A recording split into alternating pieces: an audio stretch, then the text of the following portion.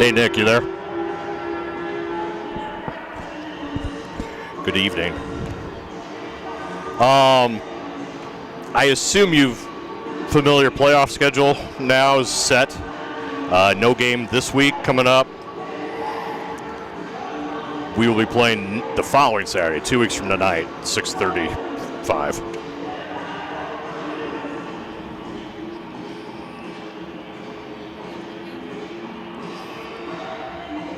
Yeah, we got a bye week. Yeah, the 10th. Yep. And then the championship game will be the following week here if we win that game. So that'll be 6:30 as well. And that'll we'll go 6:15 again, 20 minutes early. So, oh, what time is it right now? Oh, it's 6 o'clock right now. How about that? I should get ready for the game. Yeah, so let's see, 35. Yep, they got it set. So, yep, we'll go right at 6:15. Thanks, bud.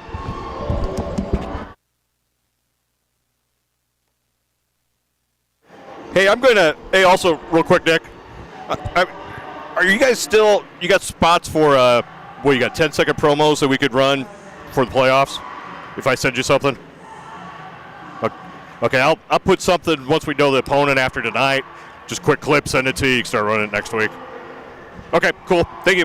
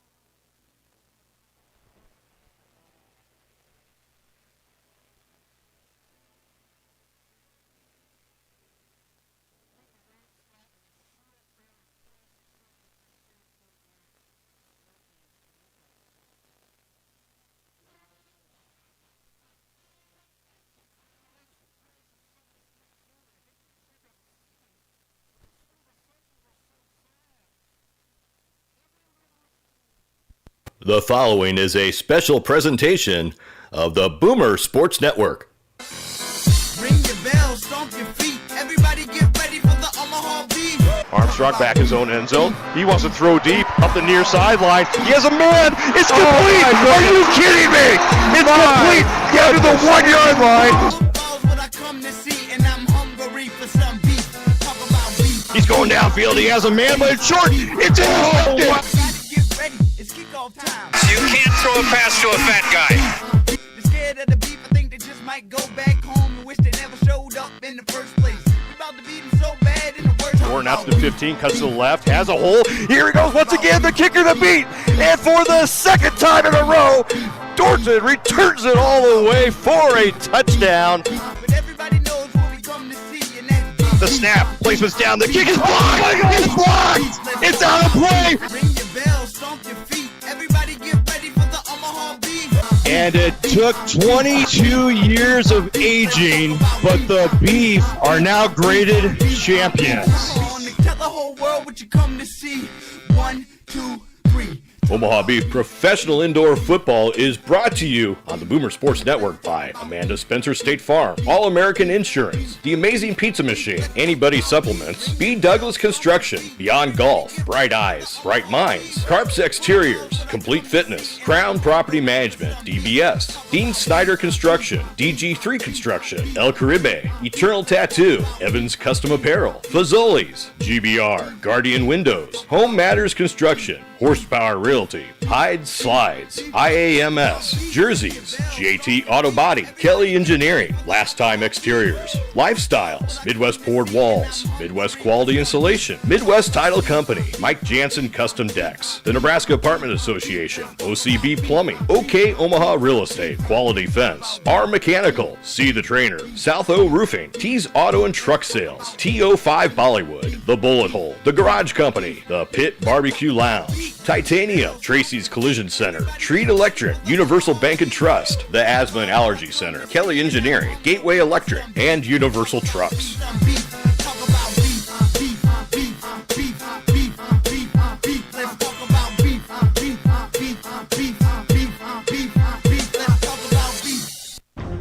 Well, hello everyone, and welcome once again to the Omaha Beef Pregame Show, presented by the Boomer Sports Network.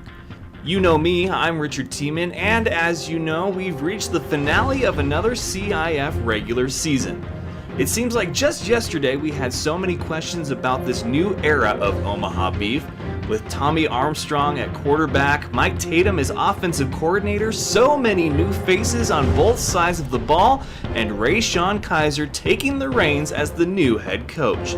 Now, 12 weeks later, and any questions we had were answered, and answered fast, as the Beef sit atop the CIF with an undefeated record.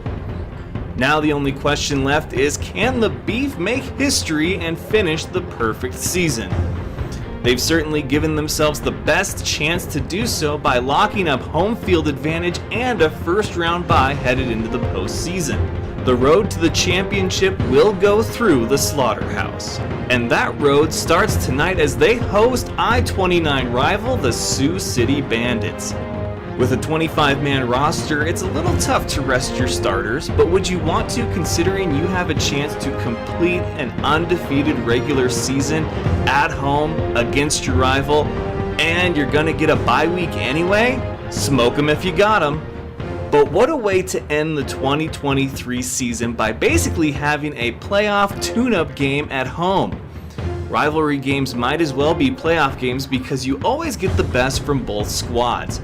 It might only be bragging rights on the line some years, but you better believe both of these teams go at each other looking to lay claim to the I-29 and make it known which state is better that year, Iowa or Nebraska. This will be the 50th time these two have dueled inside the Dasher boards, and after the last meeting just a few weeks ago, the Beef now lead the overall series 25-24. Holy cow. Thanks to the foot of Paul Ortiz, believe it or not, it came down to a kicker. I told you these matchups never disappoint, and this has all the makings of an all-time classic. The Slaughterhouse will be rocking as they celebrate Heroes Night and induct their inaugural class of Omaha Beef Hall of Famers. Great crowd, great occasion, the chance to go 10-0 headed into the postseason? What could possibly go wrong? In a rivalry game, anything and everything. There may not be more than just the continued pursuit of a perfect season on the line for the Beef, but for the Bandits, there's quite a bit on the line. About 741 things to be exact. That's right, 741. That's how many miles the Bandits will have to travel to Billings next week if they should lose tonight. Although they've punched their ticket to the postseason, where they play in the first round is yet to be determined. It might not seem like a huge deal, but long distance travel in the CIF ain't pretty. 14 hours or more on a bus to play in front of the other team's crowd? Yeah, you'd rather play at home too. And they'll have to do what no one else has been able to do all season, including themselves: beat the Beef. No better time to do it than a game that pretty much seems like a formality at this point, but to be the 1-9-1 in the 50th meeting in front of the other team's crowd packed with heroes and Hall of Fame inductees? I don't know about you, but that alone would be enough motivation for me to run through a wall and come out with a win on the other side. Like they say, when it comes to rivalries, if you're gonna win one, it needs to be this one. And the Bandits have a shot not only at redemption, but a little momentum headed into the playoffs. Will the Beef have the perfect finale to their perfect regular season? Or will the Bandits crash the party and put the series back to even headed into the playoffs? It's Iowa versus Nebraska. It's the Sioux City Bandits versus the Omaha Beef. It's the 50th edition of the I-29 rivalry, and it's going down tonight. Now, let's kick it over to the voice of the Omaha Beef, Todd Walkenhorst. Take it away, Todd. Thank you, Richard Tiemann, and we're here in Ralston where it's another beautiful night for indoor football, and it's a 50th edition of the I-29 rivalry. Omaha and Sioux City, the Beef, have won 2 in a row in this rivalry and now lead the series 25-24. Huge game, playoff implications for Sioux City, as Richard Tiemann just talked about. Pregame festivities are underway. We are moments from kickoff, and when we come back, we'll talk to the head coach of the Omaha Beef, Rayshawn Kaiser, before game number 10. You're listening to Omaha Beef professional indoor football here on the Boomer Sports Network. At All American Insurance, our local independent agency is committed to providing a personalized consultation to ensure that we're protecting those things that matter most to our clients. We are licensed and experienced professionals, partnering with industry insurance companies and offering a broad range of insurance products. Visit aAIOmaha.com to see everything we have to offer for insurance, or give us a call at 402-932-1500 to get a quote. State Farm Insurance Agent Amanda Spencer is not only a proud sponsor of the Omaha Beef, but also the proud sponsor of the honorary Family of the Game at all Omaha Beef home games that recognizes those who give back to our community. Amanda and her staff serve the entire states of Nebraska and Iowa, so call her today at 402-346-5553 for a free quote on your car, home, renters, life, or business insurance needs. You can also visit her website at aspencerinsurance.com. State Farm Agent Amanda Spencer, proud sponsor of your Omaha Beef. Beyond Golf, located at 12040 McDermott Plaza in La Vista, opened its doors in 2009 in an effort to bridge the long seasonal gap to Midwest golfers. In 2012, the first major addition was our kitchen, and we haven't looked back since. Beyond Golf features indoor golf on some of the world's most famous courses. Enjoy a round of golf in a laid-back atmosphere, complete with a full bar, gourmet food menu, and big screen TVs. Book your tea time online or drop in for one of our craft cocktails, craft beer on draft, or delicious food items. Visit our website at www.beyondgolf.com or by calling us at 402-916-4727. Are you looking for ways to get focused in 2023? Whether it's to find the healthiest version of yourself or to get stronger, at Anybody Supplements, we want to help make 2023 your best year yet. Go to anybodysuppsomaha.com and check out the one-of-a-kind selection of pre-workouts, weight management solutions, protein, and recovery. You can even stop by the store at 108th and Center. Call 513-466-4758. The amazing staff will get you on the right path to a healthy lifestyle.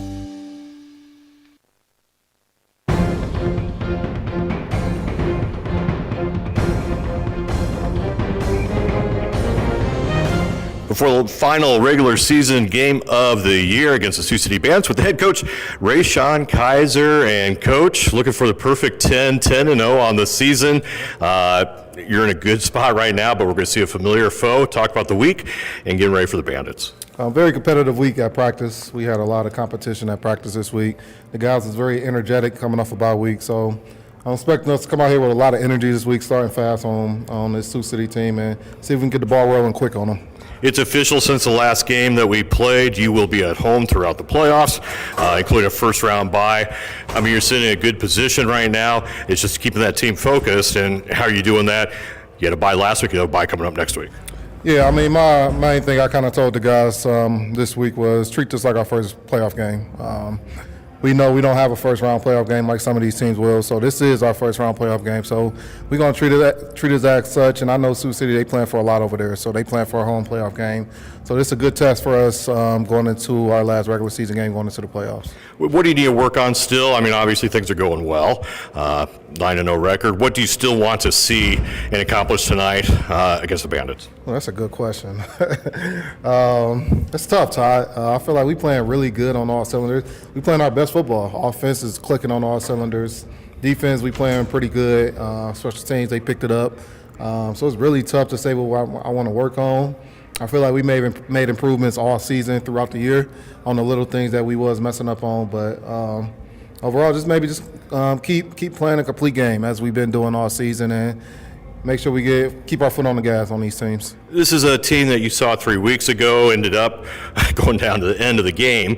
What do you expect to see from Sioux City from that first meeting that you got to make sure you stop this time? Just a competitive game. They're not gonna quit. This is a veteran team over there. They got a team full of veterans. They've been around this game for a long time, so they're not gonna quit. They always find themselves to crawl back in the game somehow, some way, and they did that the last time we played them when we was up 30-6 on them. So we know this team gonna keep fighting no matter what the score is. So we expecting them to come out here and play a really competitive and physical game. But like I said all week to the guys, we're locked in, so we're ready to go. This is the final regular season week, which means your rosters are locked now for the postseason, barring any injury. Didn't really see any major changes come across the transaction wire for Omaha, and that's kind of been the story all season long. I was going through the team. You have a lot of players that have played in all 9 games so far. Talk about that consistency on your squad. That's one thing I look for coming out of training camp: durability, making sure players don't have any type of injuries that's lingering that's going to force them to go down throughout the season. So we've been healthy throughout the season. We don't kill each other at practice too much, and we had a favorable schedule to where we had a bye week early, and then we had a bye week last week. So these guys had a lot of time to rest, and like I said, we just lucky. We didn't get hit with the injury bug this season at all. I think we had a couple of small injuries, but nobody on long term. Dre Shante, he was the only one that was on long term, but other than him, we've been very lucky this season, and consistency is always key in football. When you got the same guys that have been here since training camp going all the way through the end of the season, that's why we are the team we are now, because they become brothers now. Yeah, you talk about Dre Shante Dorton. I mean, he had those back-to-back kickoff returns against Southwest Kansas, and then got injured shortly after that. But that's really your only significant injury for the season. Now, not injury-wise, but is the team now well-rested? And you're always hurting a little bit this time of year, but again, you had a bye week. We well rested. A couple small injuries, but it's football. These guys are gonna push through it. Nothing to really be concerned about. If the guys was really injured, I would have kept them out this week, but nothing major. Like you said, it's the end of the season. Everybody going through some type of bumps and bruises, but overall, I feel like we're fairly healthy, especially keeping the guys here since February. So we're fairly healthy. I like where we at right now at this point of the season. And then, you've had a little taste. This is the 50th meeting of the I-29 rivalry all time between these two teams. You got your first taste 3 weeks ago. You got it in your backyard now.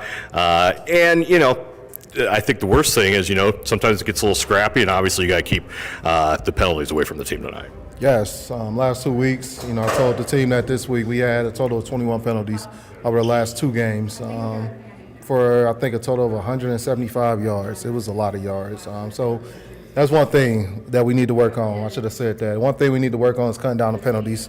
And I told that to the team this week in meetings. We got to cut down the penalties. We cannot afford to keep giving these teams good field position or putting us in bad field position on offense. So that's one thing we do got to work on. I'm looking for this week is cutting down on the penalties. Looking for the perfect 10-10-0. Good luck tonight, Coach. Thank you, Todd. Appreciate it. The Garage Company has been serving the Omaha, Council Bluffs, and Lincoln area successfully for 19 years, building over 250 garages every year. As a homeowner, you will be in very good hands, beginning with our knowledgeable sales staff and all the way to the finish with our highly trained installers. See what we have to offer and get a free estimate at thegaragecompany.com. Founded in 2016, IAMS Wealth Management is a service-oriented organization dedicated to supporting independent investment advisors who provide holistic fiduciary services to clients. We operate as the back office support team for dozens of advisors throughout the country that are experienced in financial planning, investments, insurance, and more. With our assistance, they are equipped to focus their time and energy on what's most important, you and your needs. Call 888-255-7670 or visit our website at iamswealthmanagement.com.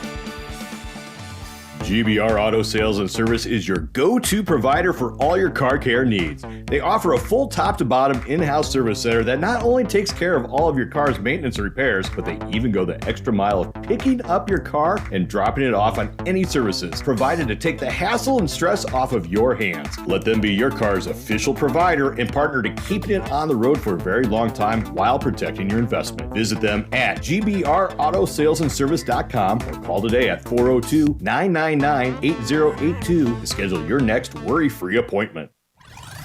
OCB Plumbing provides complete residential and commercial plumbing services throughout the Omaha and surrounding areas. Go to ocbplumbing.com to see a complete list of services, including 24/7 emergency service, water heaters, drain cleaning, leak repairs, new construction, and much more. You can even go online and chat live with us during normal business hours or submit a request for a quote. Call us at 402-915-2622. OCB Plumbing, finding and solving your plumbing problems at a fair and honest price. Bird dogging is when someone is focused like a laser to find the problem and fix it. Like the technicians at Titanium HVAC. If there's a problem with your HVAC system, they will find it and fix it. Titanium HVAC. Honesty and quality come standard. TitaniumOmaha.com. The Pit Barbecue Lounge on 72nd and Highway 370. The official barbecue of the Omaha Beef. Attention mechanical engineers and current engineering students. Are you a licensed PE or working towards your PE? Do you value teamwork, fast-paced, creative, and challenging work? We have an opportunity for you. Kelly Engineered Equipment is seeking talented and qualified candidates to join our team. Midwest Title Company has worked for you since 2001 and has been committed to providing individuals like you, real estate agents, and lenders with title insurance and closing services to meet their specific needs. Midwest Title Company is fully capable of handling all of your residential, commercial, and farm transactions with the highest level of service possible. Head on over to MidwestTitle.com and take a look at all of their services. Need their help now? Give them a call at 402-493-6200. They will take care of you just like they've taken care of thousands before you. Do not hesitate. Call now, 402-493-6200. Welcome back to Ralston. Happy Memorial Day weekend, everybody. It's Heroes Night here at Liberty First Credit Union Arena for the big game here tonight, honoring veterans. We'll be talking about that all night long. A lot of special activities. We've got special jerseys, and those will be auctioned off as well. But we also have a football game, a big one here tonight. And it's the 50th edition of the I-29 rivalry. There's Kirk Heyer, the coach, James Kerwin. I'm Todd Walkenhorst. And go back to May 31st, 2002. That's the first time these two teams met back at the Omaha Civic Auditorium. Omaha victorious 54-49. And that's kind of indicative on how this series would go for the next 22 years. Yeah, just looked over at your little score sheet there. That's pretty cool. Well, we can thank Randy Katz. I was in a lot of those games. I know. You can probably remember that one. But Randy, all sorts of, look at this. We have information this week. I mean, that's great. Impressive. So thanks to him. I know he's watching the game, doing the live stats up there as well here tonight. And, man, we do appreciate that. But here, game number 50, and we have seen everything over the years. In fact, we've seen everything even 3 weeks ago when these two teams met up in Sioux City. Good news. Same officiating crew. I know you were looking forward to that. It was a special game, I'll tell you that for sure. Yeah, and you know what? I've even seen a lot of chirping going on early. They've already been in discussions, huh? Finger pointing, all of that. Coach, you've been around this game for a long time. You heard Richard Tiemann talk about it. you never have a game that, I don't want to say doesn't mean anything or you're not playing for anything. Omaha is solidified with a top seed for the CIF playoffs, but there's stuff to play for. But more importantly, Sioux City, they're going to play Billings next week, but they have 1,500 reasons to win this game. That's a 1,500-mile round trip between Sioux City and Billings on a bus, about 13 hours each way. Right. So the first thing is this type of game, Sioux City and Omaha, it doesn't matter. All the other things you can throw out the door. This has always been a rivalry game. It's always going to be chippy. It doesn't matter what the score is at halftime in most of these games, right? Sometimes one team can be up bigger than the other, and the other team comes back. It's always a battle. It's always been a great battle, obviously because of the close proximity of both these cities and these fan bases. But you're right. Sioux City definitely wants to win this football game because they don't want to do a back-to-back trip to Billings. That's a hard trip to make, especially the first week going into the playoffs. You certainly don't want that on your legs, if they're even playing on a Monday night as well.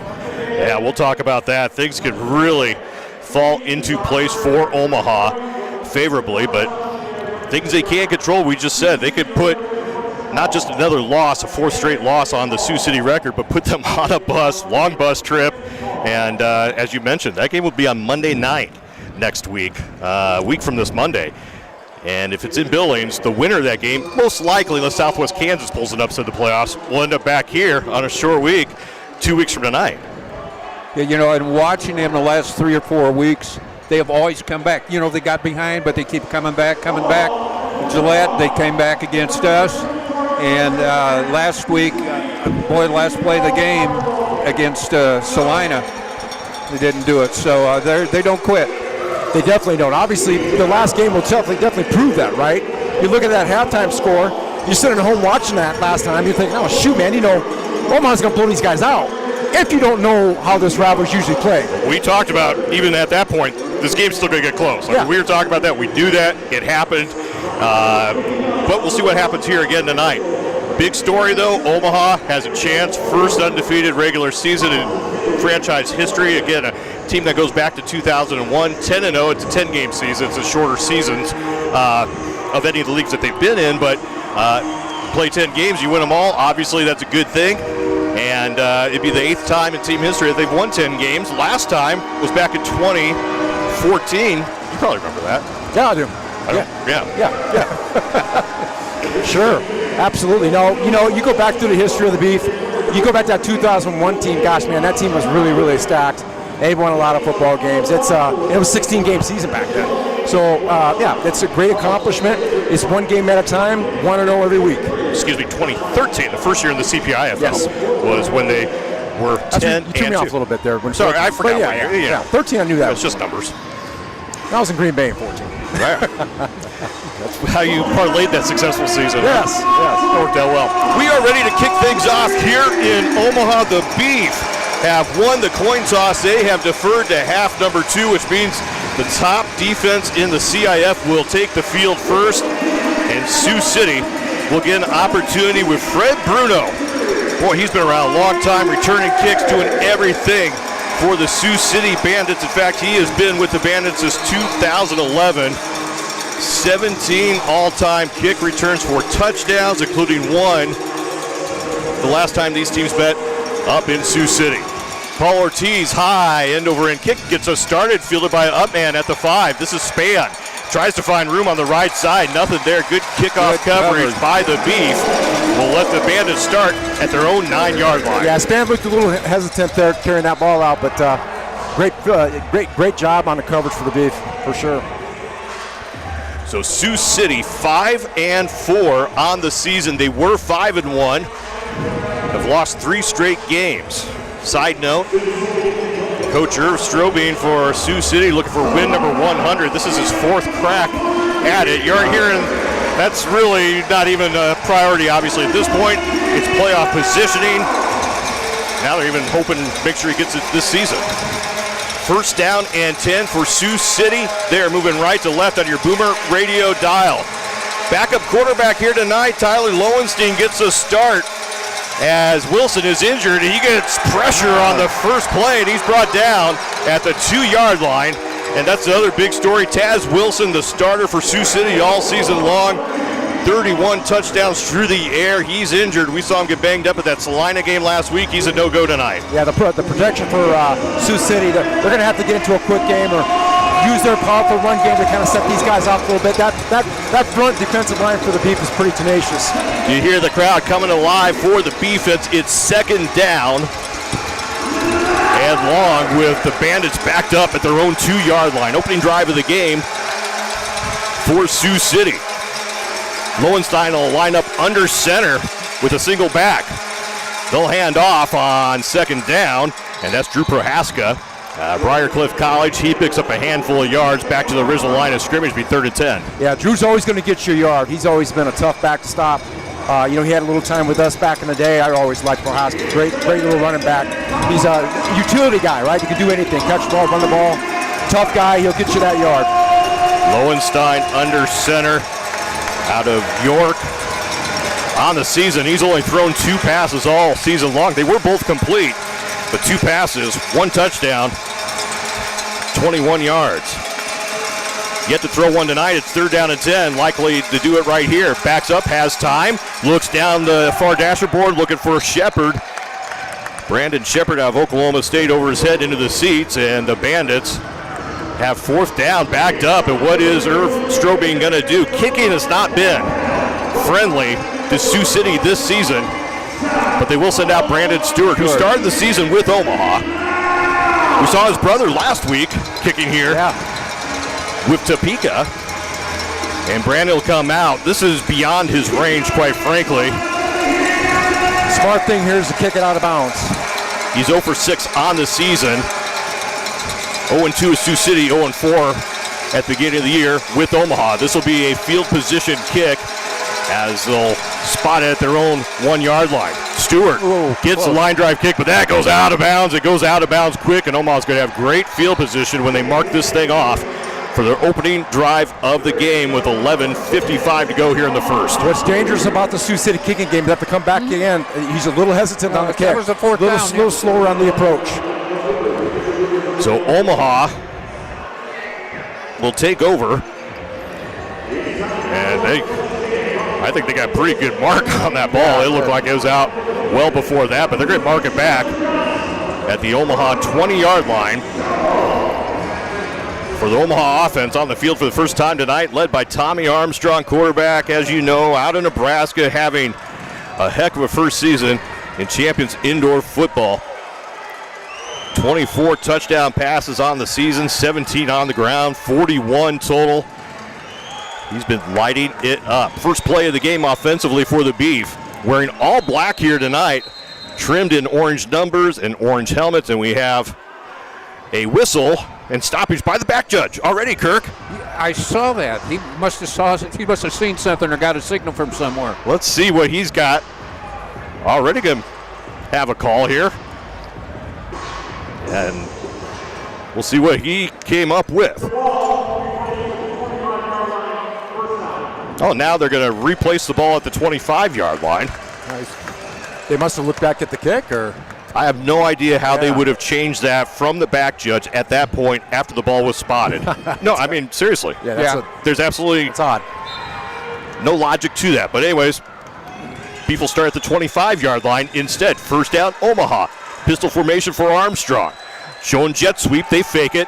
Armstrong keeps it himself. Up the far sideline inside Sioux City territory. He's knocked out of bounds at about the 18-yard line. Pickup of 7 on the first carry of the game. A little zone read and had to keep it himself. Yeah, the staple in the Beef's offense this year is that power read with Tommy. You got 3 different decisions he can make based off that defensive end. Empty backfield for Armstrong on 2nd down and 4. 2 wideouts to each side of him. The outside ones are lined up high. No score here early in Ralston. Fakes a jet sweep again. Armstrong wants to throw. Has a man wide open in the corner. Touchdown! Omaha and the Beef strike first. Terrence McIntyre, his first touchdown reception of the season. And the Beef are on the board 6-0. Yeah, great concept there by the Omaha offense, where you got a guy running a dig and a post over the top or like a fade. They worked all the levels just perfectly. You got to be really sound in your secondary as far as communication is concerned, to make sure you get that thing formed out. McIntyre at Hastings College's first touchdown this season with Omaha, and Paul Ortiz comes on for the extra point. 80% on extra points this year, 24 of 30. Placement's down, the kick is up, and he makes extra point 25 to make it 7-0 with 10:21 to go here in the first quarter. Yeah. That's exactly how you would want to script it if you're Omaha. Absolutely. Good job as far as, again, going back to that route concept that Omaha ran. It's you've got to be really disciplined on the back end of it as far as like how you distribute the route concepts, how you communicate that to your other DBs. Because you start running levels like that, you got to make a quick decision saying that guy turns into man if you even play in zone in those situations. Timeout on the field. We'll take it with him. We'll be right back. Omaha 7, Sioux City nothing. First quarter, you'll listen to Omaha Beef professional indoor football here on the Boomer Sports Network. OK Omaha Real Estate is Omaha's prime choice for residential property management. Our passion is to keep our clients' investments professionally managed, clean, and occupied for a low monthly fee. Follow our OK Omaha Real Estate Facebook page for available properties to rent or visit our website at okomaharealestate.com. At Union Bank, people don't have your money. Your money has people.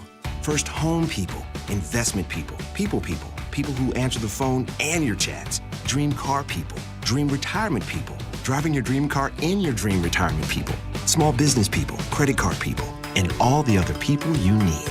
At Union Bank, our people help you do more than you dreamed possible.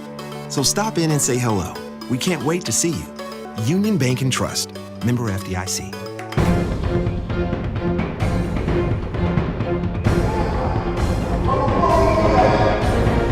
Omaha 7, Sioux City nothing. 10:21 to go here in the first quarter. Omaha looking sharp, and that's what they want to do is make sure they still put together a good game against Sioux City here tonight, going into bye week and first round bye playoff. Just like the last game up there, we scored on our first possession, but that was after a long kickoff return. But it's a good start. Sioux City, though, they obviously the concern's going to be that offense with the backup quarterback starting tonight. Didn't show much on the first drive. Yeah, I think Omaha did a good job defensively, just putting a little pressure on him with just your basic 3-minute rush. Get a lot of one-on-one good situations there for the defensive line with Omaha, and really, Sioux City just needs to get back to basics. What they came here with, what they've been successful with in the past in that run game, set some things up, maybe a short passing game, help them out a little bit, get himself comfortable in this environment in the slaughterhouse. This environment, this defense is not where you want to get your first start as a quarterback, but the opportunity is there. You got to make the most of it. And Sioux City, as we mentioned, they're in the playoffs. It's a matter of home cooking next week or a visit through the entire Black Hills. Yeah, that would round not be one of the playoffs. You don't want to make that drive. No, so it's got to be. We didn't, in fact. Get on the bus, Gus. Ortiz to kick it off. A little short kick. They're trying to find an up-man span. Oh, gets hit immediately. And there's no return on the play. Sioux City will start their own 24-yard line. That is a really good job by Span. Really good job and taking that ball, because that could have bounced and could have been bad news for Sioux City. And that's what Omaha was trying to do, is see if they could make something happen there. And Span, who will return kicks.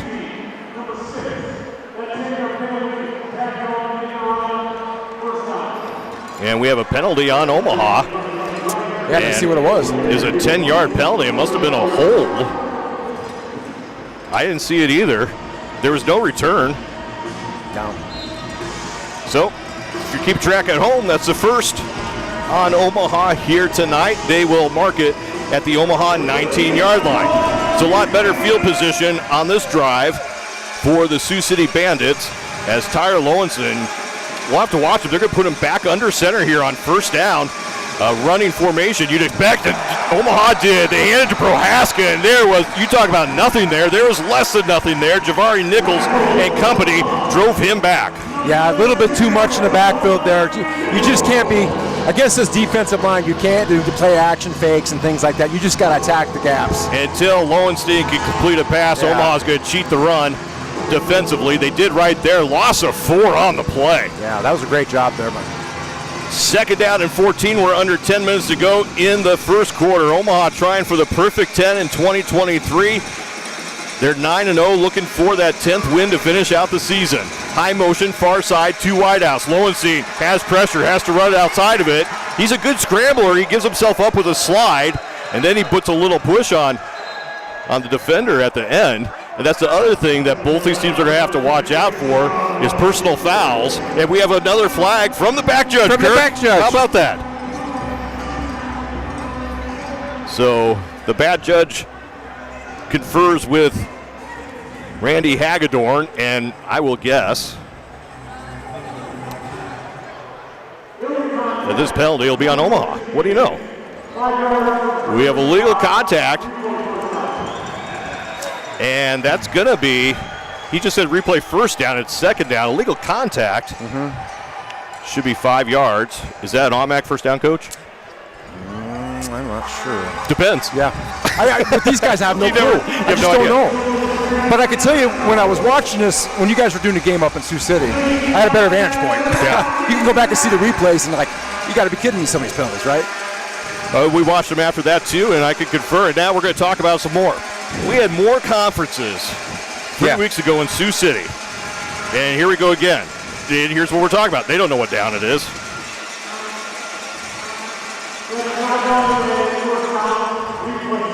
It'll be second down. Okay, here we go. They mark off 5 yards. Well, they didn't put on an officiating clinic 3 weeks ago, Kirk, did they? And No. This is part 2, apparently. And I don't regret that call that I got from the circus either. They lost their performers, huh? Yeah. Second down and 9. Clown.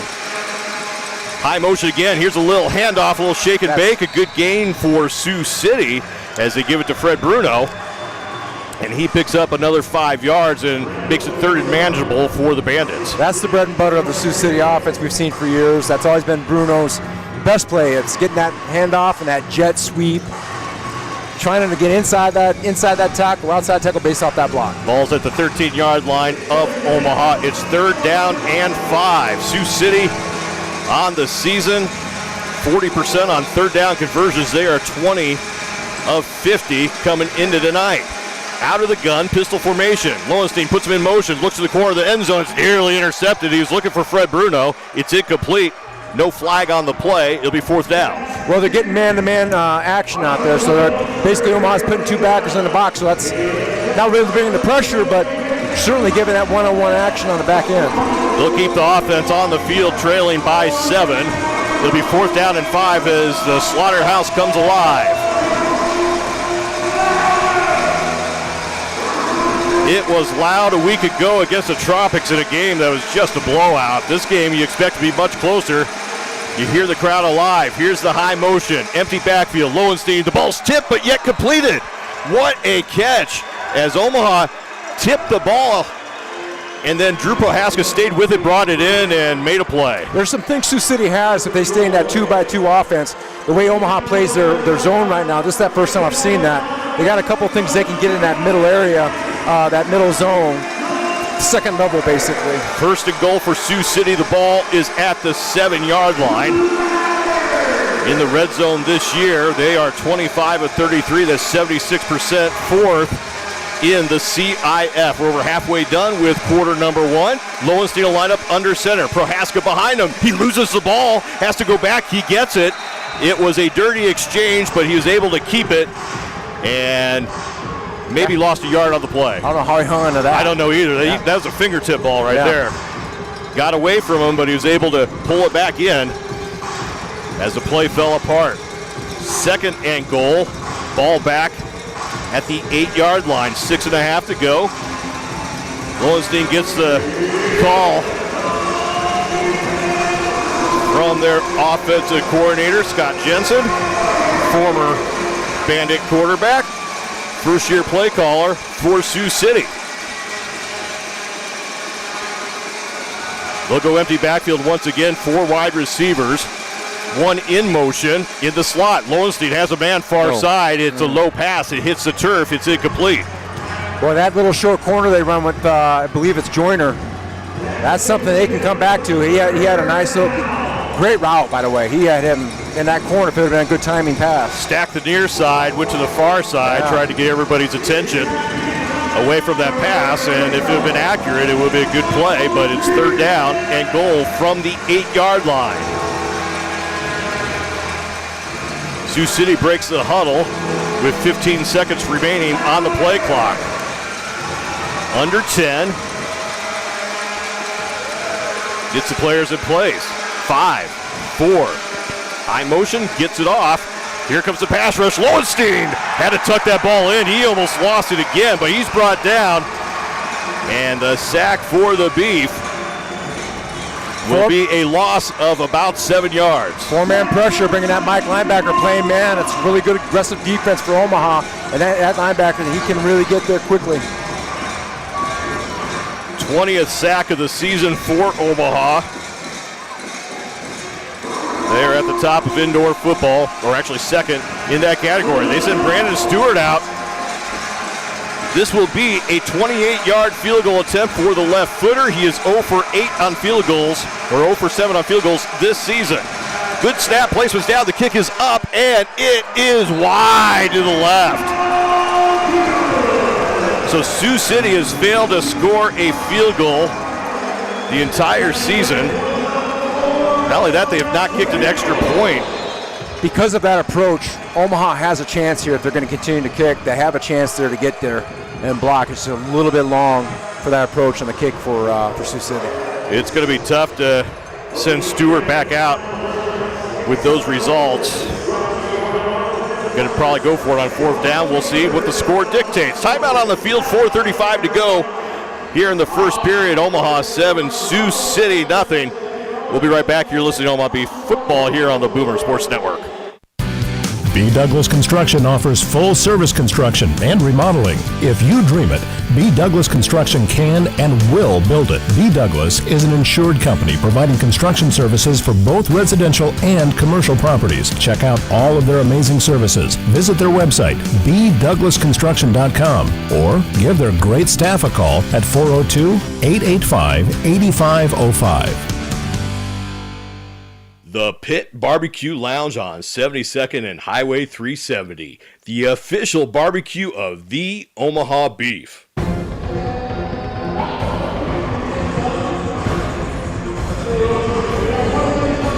Back at Ralston, 4:35 to go in the first period. Sioux City back on defense. Omaha will start at their own 5-yard line. A little side note, a little interesting note on the Sioux City defense. Dwayne Autry traded from Topeka on April 26th. The way the scheduling worked out, Topeka played 7 games. Sioux City had 4 remaining. So Dwayne Autry in a 10-game season is playing his 11th game of the night here tonight. Also interesting, 0-7, of course, with Topeka when he left. Sioux City's not won since he's been here. He has a chance to personally go 0-11 on the season himself. Oh. Not saying there's a cause or effect, just you never know. Right place, wrong time, apparently, or wrong place, right time. Not a lucky charm. I don't know. Just something you probably didn't want on your resume in 2023, but he has a chance to do something that no one else does here this season. First down for Omaha. They're at their own 5. Tobias Taylor right up the middle, 5 yards, brought down at the 11. Make it 6 yards. It'll be second down and 4. Well, he runs hard. Now that was a tough takedown there, though. That didn't look too good on him. No, he's going to feel that one a little bit. Looked like he was about to break it, but the hole collapsed on him, and he picked up a half a dozen yards. Second down and 4. Pistol formation for Tommy Armstrong. Tobias lines up back there with him. 2 wide outs. They go in high motion. They fake the jet sweep. No, actually, they give it to Jerry Sloan. And he picks up 3 yards, and it'll be a yard short of the first down. It'll be third down and 1 as we go under 4 minutes to go here in the first quarter. Yeah, Sioux City is playing the way they roll their coverage against that jet motion. It's pretty aggressive. Look for Omaha to come back to some kind of play action off that jet and see what they get out of it. It could happen. Quarterback and running back were hit immediately. Neither had the ball when Sioux City met them defensively. Third and short yardage package on the field for Omaha. Armstrong lines up under center. We have a stoppage. Sioux City, I believe, is going to use a timeout. Was not expecting that formation. And that's timeout number 1 for Sioux City. Surprised them a little bit going under center there on third and short. Yeah, well, maybe they're looking to see if he's going to sneak it or, wasn't sure what Sioux City was lined up in, because really I don't know if you could play inside gaps, or I don't know how the rules are with the CIF, if those tackles or defensive ends can play like a 2-wide technique or A-gap presence. So now you're Omaha offensively. Do you leave that same formation out there? Or do you go back? Yeah, absolutely. Sure. No, you don't. Well, it's not going to make a difference, because if you can't line up that way, it doesn't matter. It doesn't really matter, because if you have to line up, if the defensive line has to line up in 2 3s and a 0, so 2-3 techniques outside the eye of the guards, and a guy lined up over center, it's not going to matter. But if he gets under center here, and you can get inside, I don't know if you can in the CIF with the rules. That's what you want to do. Which, here you go. They're under center. They changed the formation, but Armstrong stays under center. 2 wideouts to the near side. Taylor lines up behind him, one on the far side. Movement on the defensive line. No whistle. They hand off to Taylor, and he's got the first down and more. Dragging Dwayne Autry into Sioux City territory. Dwayne Autry introduces to the dasher board, and we got flags in the backfield. The linebacker, and this is what Omaha cannot afford, as they are going to throw flags on everybody here. Max Schlager in the middle of it for Sioux City. And we talked about, you go in the playoffs, 2 personal fouls, you get ejected, plus the next game. You can't lose players going into the playoffs for Omaha. It'll be the semifinals of the CIF playoffs. Just got to keep your cool. Yeah, complain to the back judge, because he'll help you out. Yeah, he is. So going back to that scheme, though, earlier, so Sioux City was lining up in the A-gap, so obviously you can't bring a linebacker up to the line of scrimmage, so that's an easy, if you're going to line up inside, we're going to go outside. If you're going to line up outside, we're going to go inside on those 3rd and shorts, and that's the huge advantage of the offense in indoor football. So there's 3 flags on the field, and that action occurred behind the play as the play was being completed. They'll sort it out, and we'll see if they have offsetting fouls as they pick up the laundry. Here's Randy Hagedorn.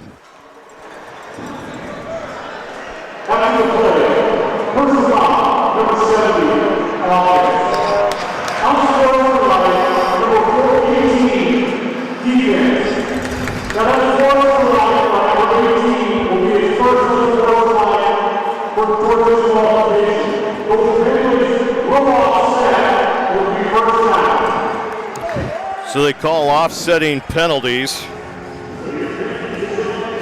For Omaha, it's on Reggie Patrick, and he's got to be careful. He's someone who can pick up those fouls easily. And for Sioux City, I believe they called it on Schlager. Yeah, 15. If it's 15, it's DeJohn Emery. And they're battling at the line of scrimmage here tonight. So it's first down for Omaha after the foul's offset. Officials will go move the ball again. Put her in the middle. Put her in the middle now. As we start the play clock with 3:23 to go here in the first quarter. Fresh set of downs for the Beef at the 24-yard line of Sioux City. They stack the far side in wide receivers to go into motion. Claude Davis looked nearly offsides, and Tobias Taylor gets hit in the backfield. It's going to be a loss on the play of 2 or 3 yards, be second down long for Omaha. That's the type of game Sioux City is going to need, though, get their emotions behind them and see if they can build some momentum and frustrate Omaha into making some mistakes. Yep. Looks like a levels concept for Omaha here. Second down and 14. Empty backfield for Armstrong. We got movement before, and this is going to be offsides. I believe. I shouldn't speculate with this crew, but it looked like Claude Davis came across early for Sioux City. That was that play action. We're talking about that jet motion.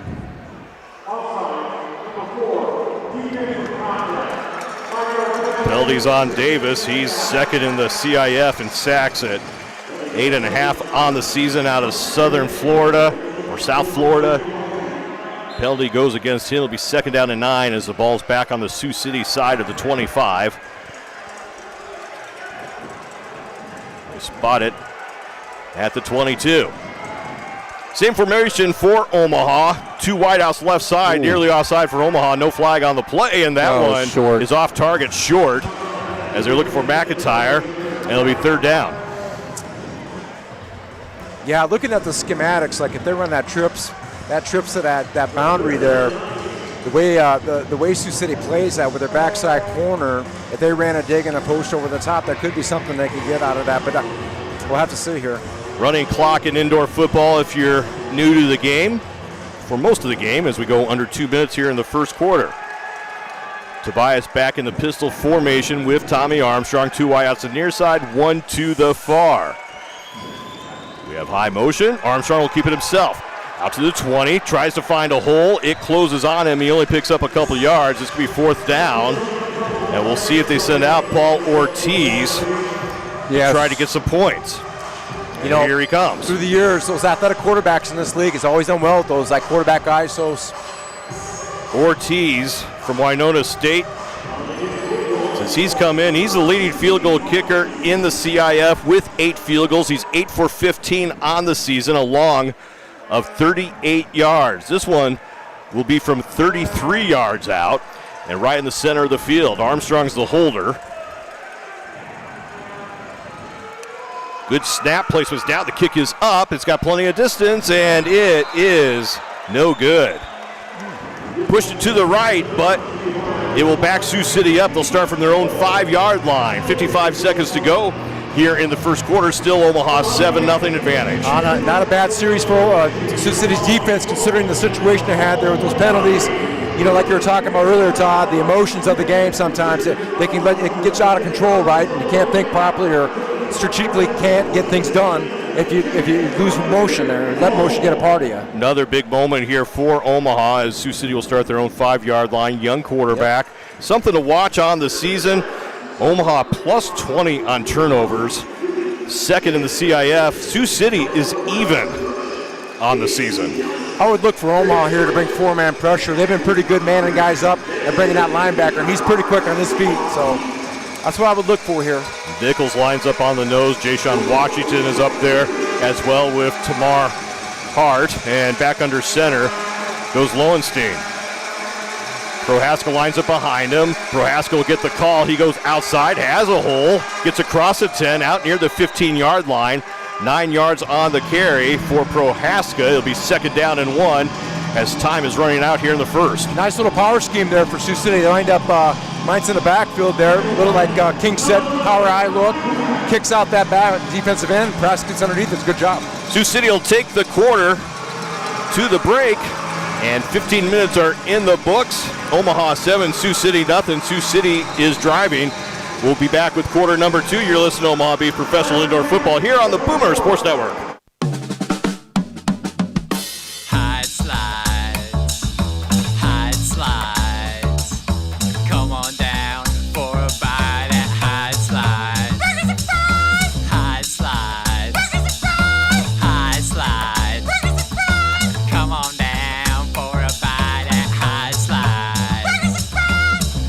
Slides, Burgers and Fries, located at 3505 South 42nd Street in Omaha, Nebraska. It's right inside the Grover Inn. There ain't no sign, but come on in.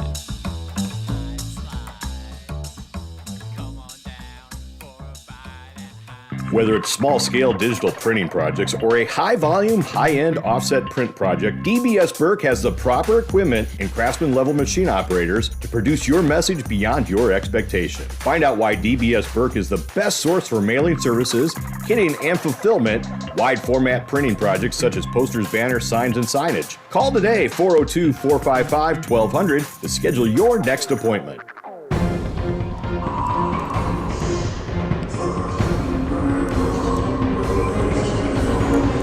CIF playoffs start next weekend, Saturday night. What we do know is Omaha has the top seed, first round bye. Southwest Kansas has the 6th and final seed. They will be on the road. The other 4 spots will be worked out before the night is over. Omaha wins here tonight. Sioux City goes to Billings on Monday night. Sioux City wins, they will host Billings on Saturday. Other big game. Gillette and Salina, a lot at stake on that one. The winner gets a 2 seed and a first round bye. The loser will have a home game next week against Southwest Kansas. Yeah, that's huge.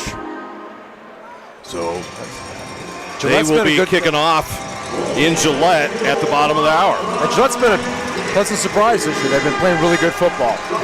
They could be that team. You got to keep that Cinderella team that's going to knock some people out this year. Nobody would have guessed that would be a matchup of 7-2 teams to close the season out when the schedule came out last fall. So we'll have it all figured out by the end of the night. We know Omaha will be back here 2 weeks from tonight. Opponent to be determined.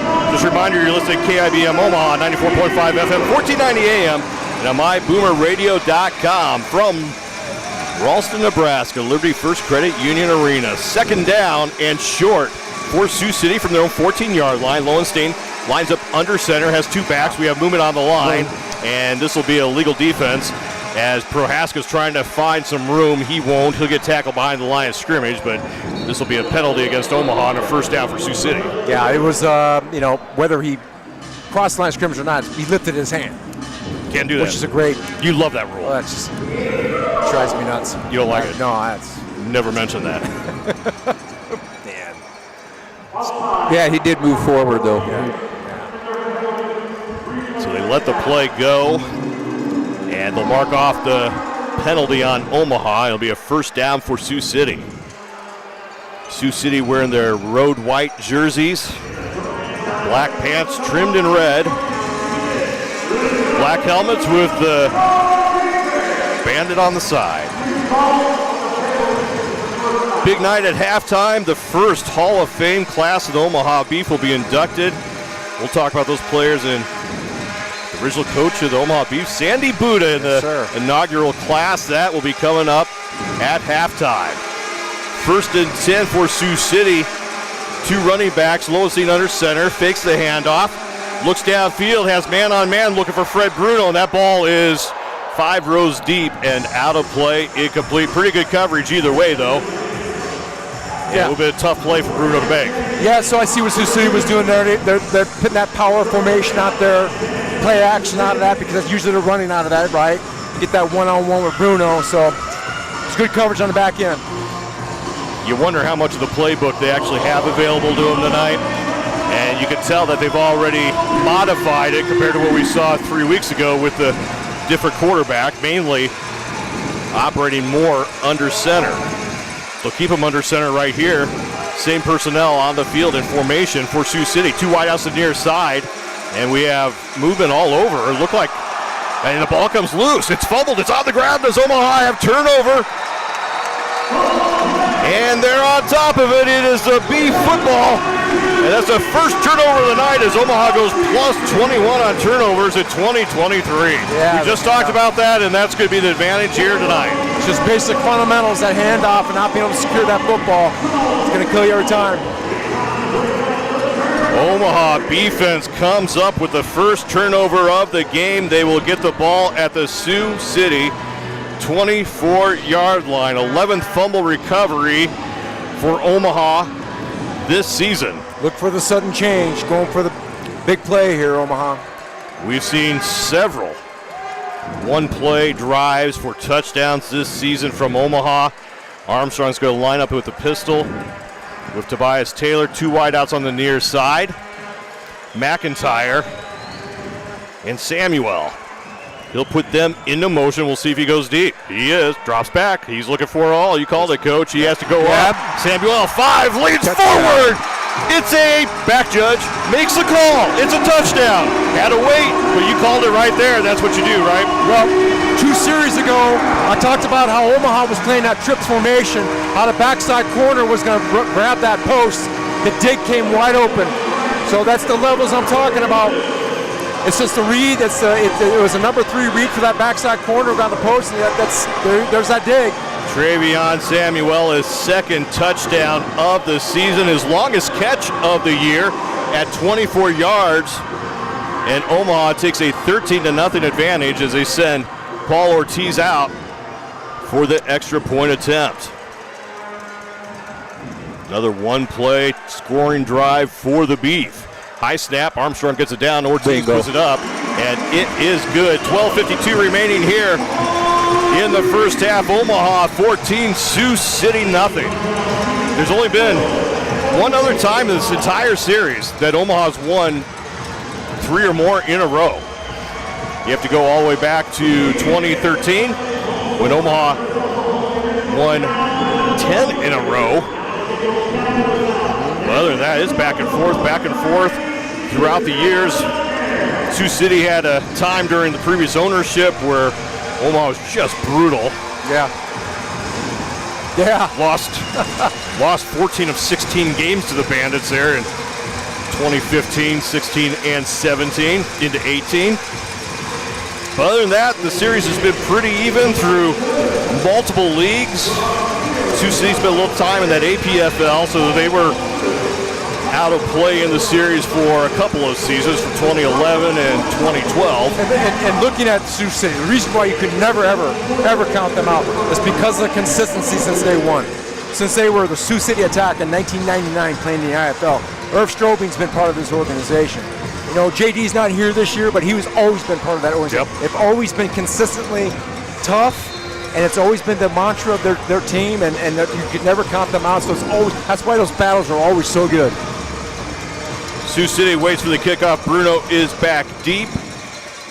And it's a bouncy kick. And Bruno's going to have to chase it down into the end zone, see if he can get it out. He turns it up. He gets across the goal line, and not much more out to the 5. It's going to be the long field once again for Sioux City. The third time tonight, they're starting backed up. And this is the weapon the kicker can be in this game. If you can put the right hop on it, even a great return guy like Fred Bruno can't time it up. It's tough. Well, that's where we've seen some interesting rules made up. We saw that up at Sioux City. They fumbled the ball back into the end zone. Somehow they called it a rouge. Should have been a touchdown, but yeah. So maybe they're trying to see what would happen. First down for Sioux City. They trail by 14 early second quarter. Sioux City trying to avoid their 4th straight loss and finishing the season at 5-5. Definitely not the direction you want to go going into the postseason.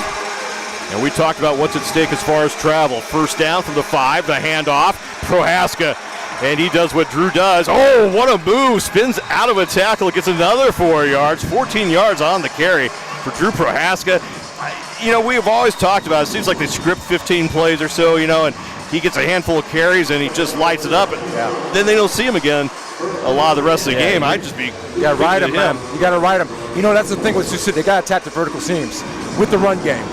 Play a little bit of the perimeter, keep them off balance, use some play action off of that. Some of the short game stuff, that's got to be Sioux City's physical plan tonight. Prohaska now over 300 yards for 2023 season. Under center, first down. We have a flag on the play. They let it go. It's a gain of 3 for the moment out to the 20-yard line. And we'll see what the penalty is. I think they will call it on Omaha.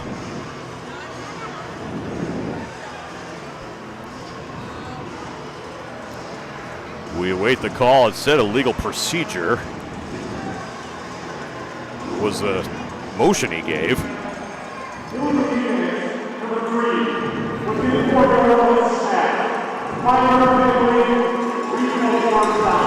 they're going to say that there's movement before the snap, called illegal defense. It'll be 5 yards for Sioux City. He called it on Chris Perry.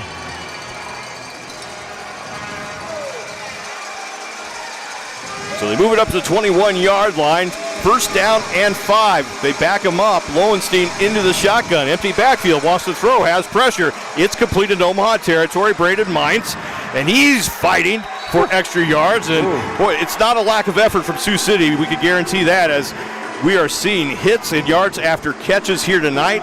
And another first down for the Bandits. This is the drive Sioux City needs to have.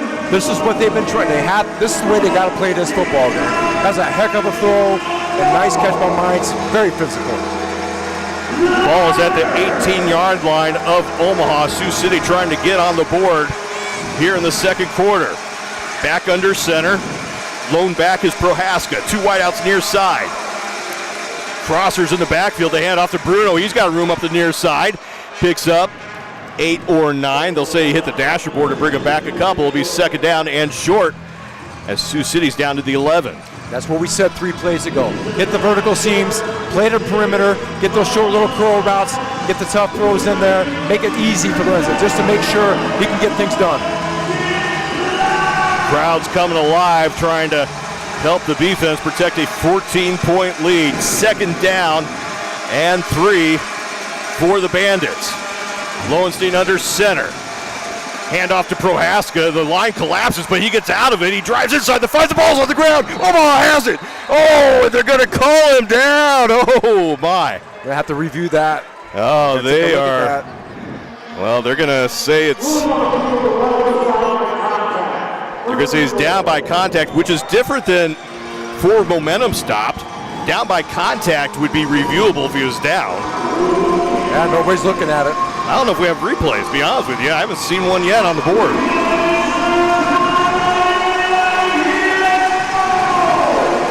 So, first and goal for Sioux City. They are at the 2-yard line, trying to cut into a 14-point lead.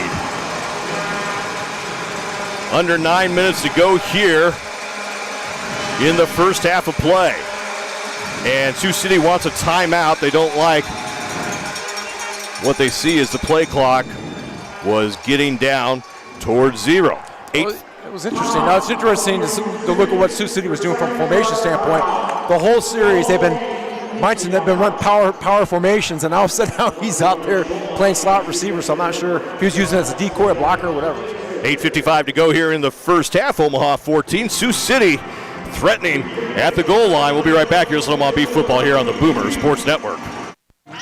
Make a statement with Evans Custom Apparel, your go-to destination for all your custom apparel needs and online stores.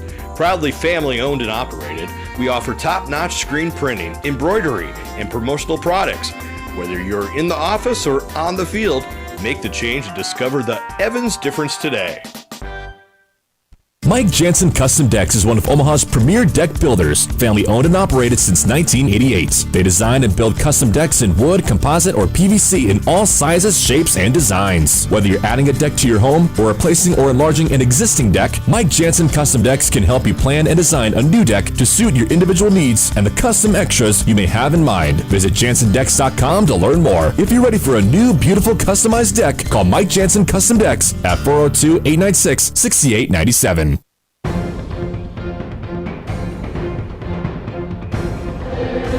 Back at Ralston, 14-0, Beef out in front. We talked about 50 meetings between these two teams. And during the timeout, Coach Kerwin pointing out all the wins on here that were when he was head coach of the Beef. I appreciate the additional information.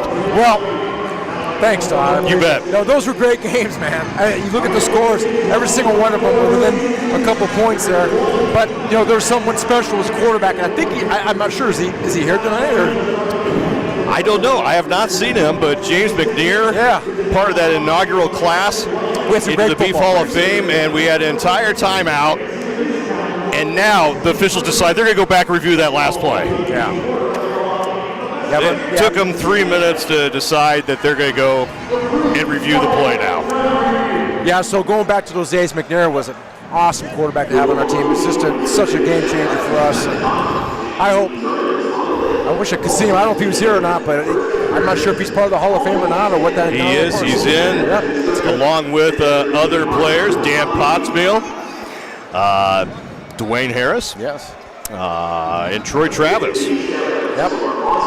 Going in with Jim and Sandy Klimshot, the original owners of the team, and as we mentioned, the original head coach of the Omaha Beef, Sandy Buddha.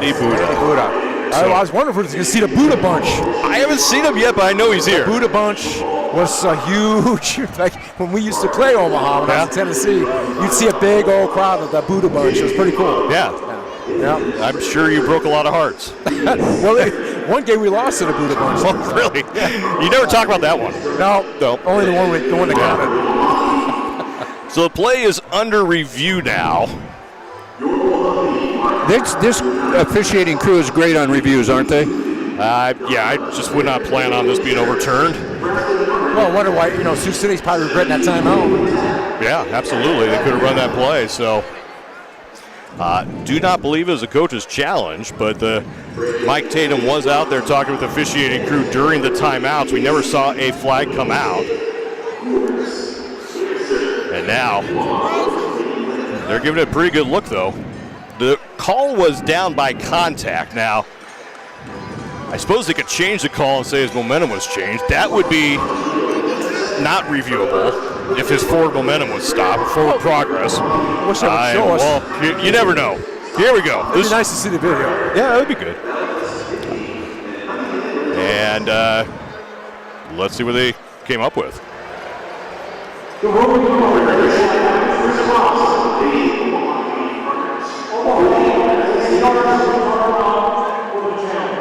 So Omaha did challenge it, and the back judge explains to Rayshawn Kaiser that we're not changing the call.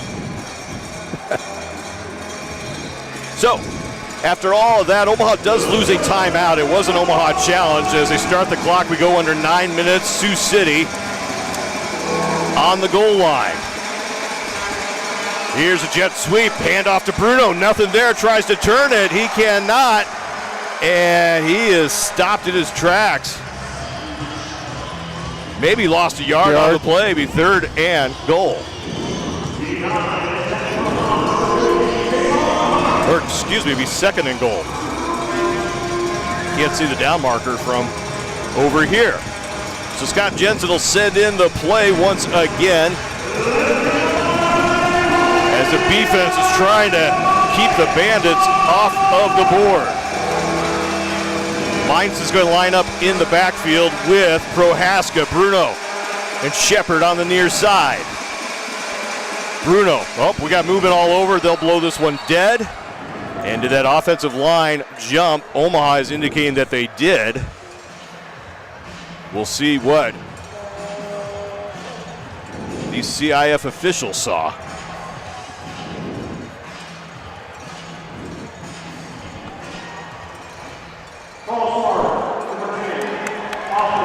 It was a false start against Sioux City. He'll back them up. And now, the second goal from the 8-yard line. This is where it gets tough in the slaughterhouse. Mental mistakes for Sioux City.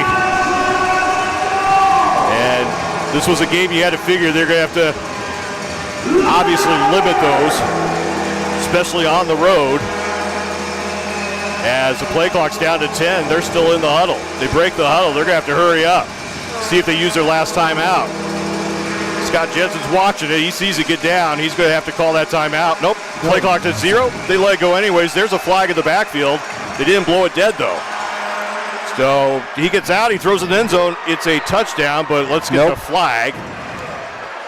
And they're going to call illegal defense on Omaha. Yep.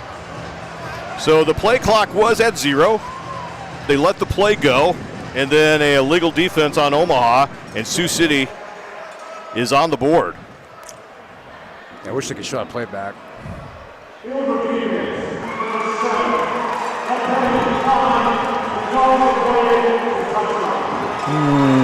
So they obviously declined that penalty. Rayshawn Kaiser wants an explanation. And they'll send out Brandon Stewart for the extra point attempt. Sioux City pretty much on the season is gone for the three-point conversion. Out of 56 PAT attempts, they've gone for 350 times. They've only kicked twice. They're 1 for 2 on the season in extra points. Shepard has not made one. Yet with Sioux City, he's 0 for 3 since joining the Bandits. They mark it off as the clock goes under 7 minutes here in the first half. High snap, placement's down and lots of pressure, but a low line drive kick. And Brandon Stewart misses. Never saw a call on the field. Yeah, that Morrison, man, he got it railed. Yeah. That's lucky to get a call on that. Well, everybody's waiting for it, and there was no signal, there was no call on what could have been roughing the kicker, and they never showed if the ball went through the uprights, but apparently they talked about it on their headsets and said it's no good. So 6:34 remaining here in the first half. Omaha still out in front by 8. I was just looking down at Big Potts down there, man. He looks like he can still put on the gear. Oh, yeah. It wasn't all that long ago that he was still doing it, too. Oh, yeah. I tried to bring him back in 19. I know you did. You want him to go. He could play. 18 seasons with Omaha. As you said, he was out a couple times for season 19. Never did pull the trigger on that. And, you could still line up definitely in this league, I would think. Potts played, I'm going to say it's probably 13, 14 seasons, never missed a game. Never missed a game. It was always good. Every year was an all-league player.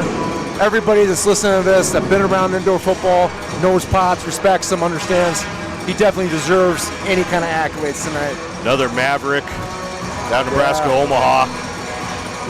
Played alongside Chris Bober, who ended up getting drafted and still around here locally, but with the Giants and the Chiefs during his pro career. That was some offensive line in Omaha football at Old Omaha U.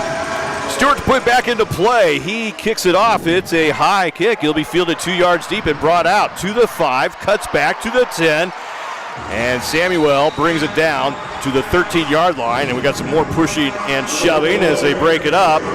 And Omaha will start at the 13-yard line with an 8-point lead and 6.5 to go in the first half. You know, we were talking about Potts. I remember one time that he drove out to Casper to play in the game. I remember because he was on duty or something, and he and his brother were out there. It was so funny about Potts that he for so long working for Sarpy County, he wanted to be on the road. He always had to work in the jail, but he was too big for the car. And it's not that he was a overweight guy. He's just a gigantic dude. Yeah. Omaha, empty backfield for Tommy Armstrong. 4 wide receivers, 2 on each side. Slots go into high motion. It's a jet sweep. Handed off. Oh, a little stiff arm. Here goes McIntyre. Oh, they're going to say he hit the wall. Oh, man. What a stiff arm. Did you see that? Man. Oh, it's physical stuff. I love it. 5 or 6 yards on the gain for McIntyre, who already has a timeout, or excuse me, a touchdown on the night. They spot it at the 19-yard line. It'll be 2nd down. Oh, look at that. If you're watching. Autry, Put Autry down. Yeah. 2nd down and 4 for Omaha. They load up the backfield. Taylor lines up alongside Armstrong. They swing the 2 in motion, and I believe they went offsides. There's a flag. They'll stop the play. So timing off for Omaha on offense. We'll back them up 5 yards. That'll be 2nd down and 9. You know, Omaha can come back to that same route concept they scored on before, because the way Sioux City plays that, even in trips motion, that double into the 2 receivers going into trips on the motion, still playing that same defense. That'd be interesting to see if they can come back to that route concept. It could open up. Gillette and Salina just kicking off. We'll be checking that one out at halftime and throughout the rest of the night as they determine the number 2 and 3 seeds. The winner gets the first round bye. That game is in Gillette. Same formation, Armstrong on the keeper. Armstrong goes outside, lowers his shoulder for a couple extra yards. Boy, don't tell him this game doesn't mean anything. As he picks up 5 or 6, it'll be 3rd down. Tommy Armstrong, the only active quarterback on the roster tonight. Rogers gets the inactive, so Armstrong's in for the game. No matter the score, 3rd down and 7. Ball at the 16-yard line of Omaha. We approach the 4-minute mark in the first half. Same formation for Omaha. High motion out of the slots. Davis is getting the rush and wide open. It's complete. McIntyre once again, 15-10, 5. He loses the ball. I thought he was off the wall. It's fumbled forward. Back judge throws a flag for fun, and Omaha gets it in the end zone, and we'll see what the back judge comes up with. It will be, wait for it, a penalty on Omaha.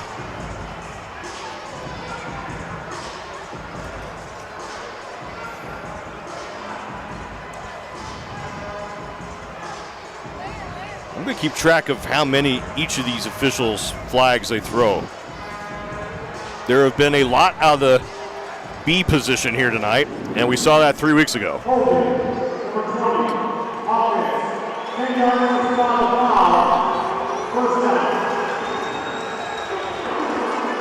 Somehow called holding. Irv Stroby is talking about a challenge. He wants to say that this thing got fumbled. Oh, hit the end zone. And hit the end zone wall. But you could see him hit against, and that would be accurate if that's what happened. It'd be a touchback, and back judge says, you know what? That might be. We could maybe do that. That'd be cool. Now they'll talk about it. Yeah, they'll have to review that. It appeared Omaha had hit the wall, though, before he lost the ball. And we'll see what they make up. Their mind about. Not make up. Make up their mind about. It's always an adventure. These two teams meet. Omaha has ended the last 3 seasons of the Bandits.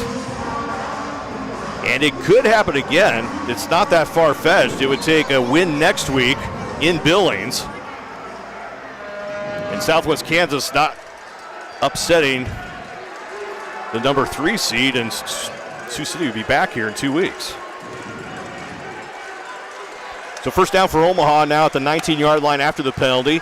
Armstrong hands it off on the jet sweep. Journey Sloan, 15-10, cuts back inside. He's brought down at the 11. He picks up 8 yards. It'll be second down and short. Well, Omaha got away with a hold there, man. Woo! And you see the coaches talking about that. He's fired up about that. And Omaha quickly back on the ball. Second down and 2. Empty backfield once again for the Beef. They fake the jet sweep. Armstrong has time, rolls outside. Now the pocket collapses, goes back the other way. He's going to keep it. The 15, the 10 goes into the wall.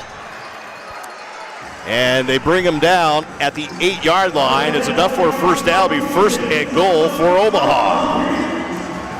Omaha has been lights out in red zone offense this season. 35 of 38, 92%. 32 of those were touchdowns. First in the CIF. 2.5 to go here in the first half. Armstrong will line up under center. Tobias Taylor behind him. Taylor gets the handoff, and Sioux City's ready. Loss of 1 on the play as the clock goes down near 2 minutes. Early out in Gillette. Gillette already out in front of the line of 7-0. 52 seconds into that one.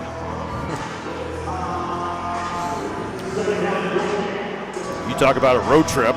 Those games when you have to go out, the long bus rides, these are difficult to play. Start the clock back up. They go under 2 minutes. Second and goal for Omaha. The ball is at the 9.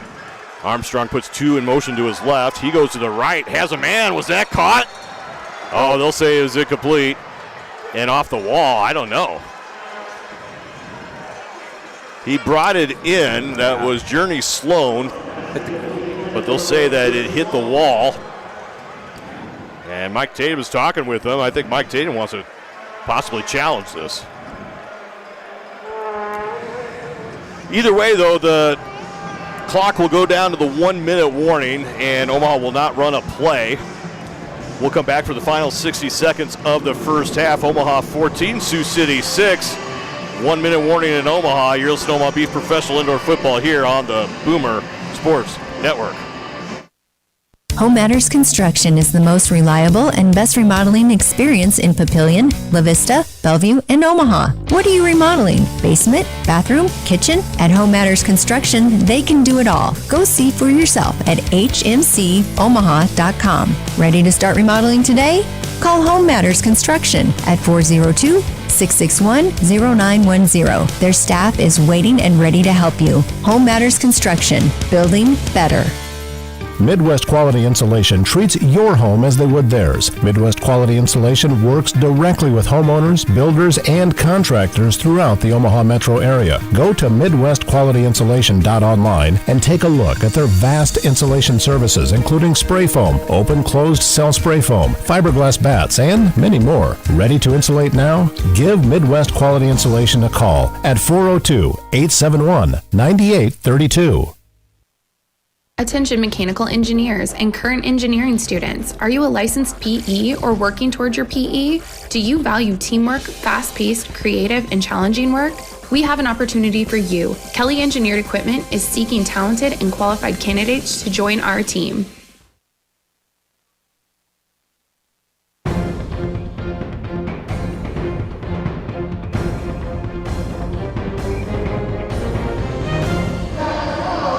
One-minute warning here in Ralston Halftime, we talked about the inaugural class of the Omaha Beef Hall of Fame. 24 seasons for Omaha Beef, the first inaugural class. Next year, 25th year. That'll be a big one. Yeah. And to answer your question, James McNear is in the house. He is in the house. That's Matrix. awesome. Hey, the Matrix, right? What did you expect, right? I wouldn't expect anything less. So a great night here for some of the great players. You talk about making some tough decisions. There's some guys that are right on the cusp, and this will be an annual deal. Mm-hmm. We already know probably a couple of them that'll be in the next class. Oh, yeah. In 2024, back to this, 3rd and goal. 60 seconds to go. Ball's at the 9-yard line. Trips to the right of Armstrong. Offsides again. It looked like no flag. Open in the corner. Touchdown. It's McIntyre. It's a touchdown. I think Omaha got away with one. But it's 6 points for Omaha. They're out in front 20-6. Yeah, that was and great play. I think that's the message they're getting. How many R's do we have? You can't have 2 R's, can you? R stands for referee, right? Right. That's our problem, Kirk. Too many referees. They don't know who's in charge. My gosh. Omaha will send out Paul Ortiz. He's 2 for 2 on extra points tonight. Over 80% on the season. See if we can make it 3 for 3. Armstrong puts the snap down. The kick is up, and it is perfect. 56 seconds remaining in half number 1. Omaha 21, Sioux City 6. Omaha looking for their first perfect regular season in franchise history. Maybe the first perfect regular season in CIF history as well. In the 8 seasons of CIF play, Omaha also looking for a trip to their 3rd straight Champions Bowl. 4th overall. All those things It'll be a short trip. It'll be a short trip. It'll be to right here. Right here. If they make it, of course, one big game obviously before that, which will be round 2 of the playoffs. Southwest Kansas pulls off a massive upset in the first round. It'll be the Storm here. Oh my goodness. It'll also be the winner of the 3-4 game between either Gillette and Salina. Whoever has to play next week. Yeah. It's Sioux City. Get to sleep home. Yeah. Yeah, you stay home. That'd be cool. Yeah. Omaha back-to-back champions, Bulls both at the Pizza Palace in Salina, Kansas, and that is something Omaha will not miss doing this year if they are fortunate enough to go to their 3rd straight Champions Bowl. Ortiz puts the ball on the tee with 55 seconds to go, puts it into play, lone drive kick, right off the top of the wall, and that should be, they're looking around.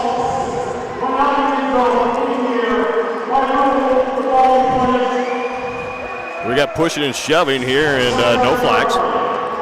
As Sioux City, Brandon Mines put a shove on. A couple linebackers wanted to fight out there. Yeah. There you go. What else do you expect? And hit the top of the wall and out, and they'll spot at the 25-yard line.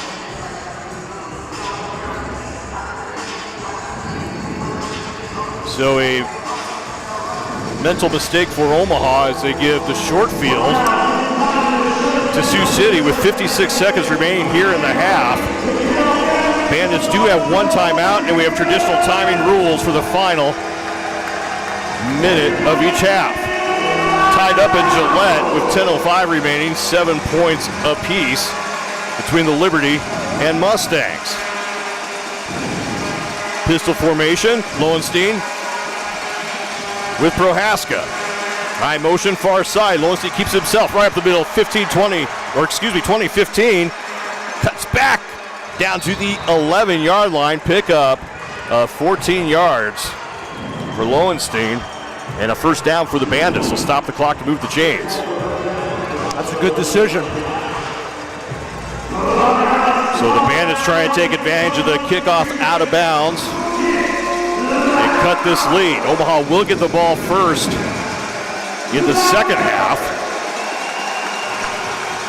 as they start the clock back up. High motion, empty backfield. Lowenstein rolls out, has time. Now getting chased around and brought down in the backfield. Tamar Hart ends that play with a sack, a coverage sack, as nobody was open downfield. And Sioux City will use a timeout to stop the clock with 27 seconds remaining. Great coverage on the back end.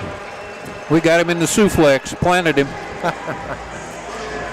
Second sack of the night for the defense.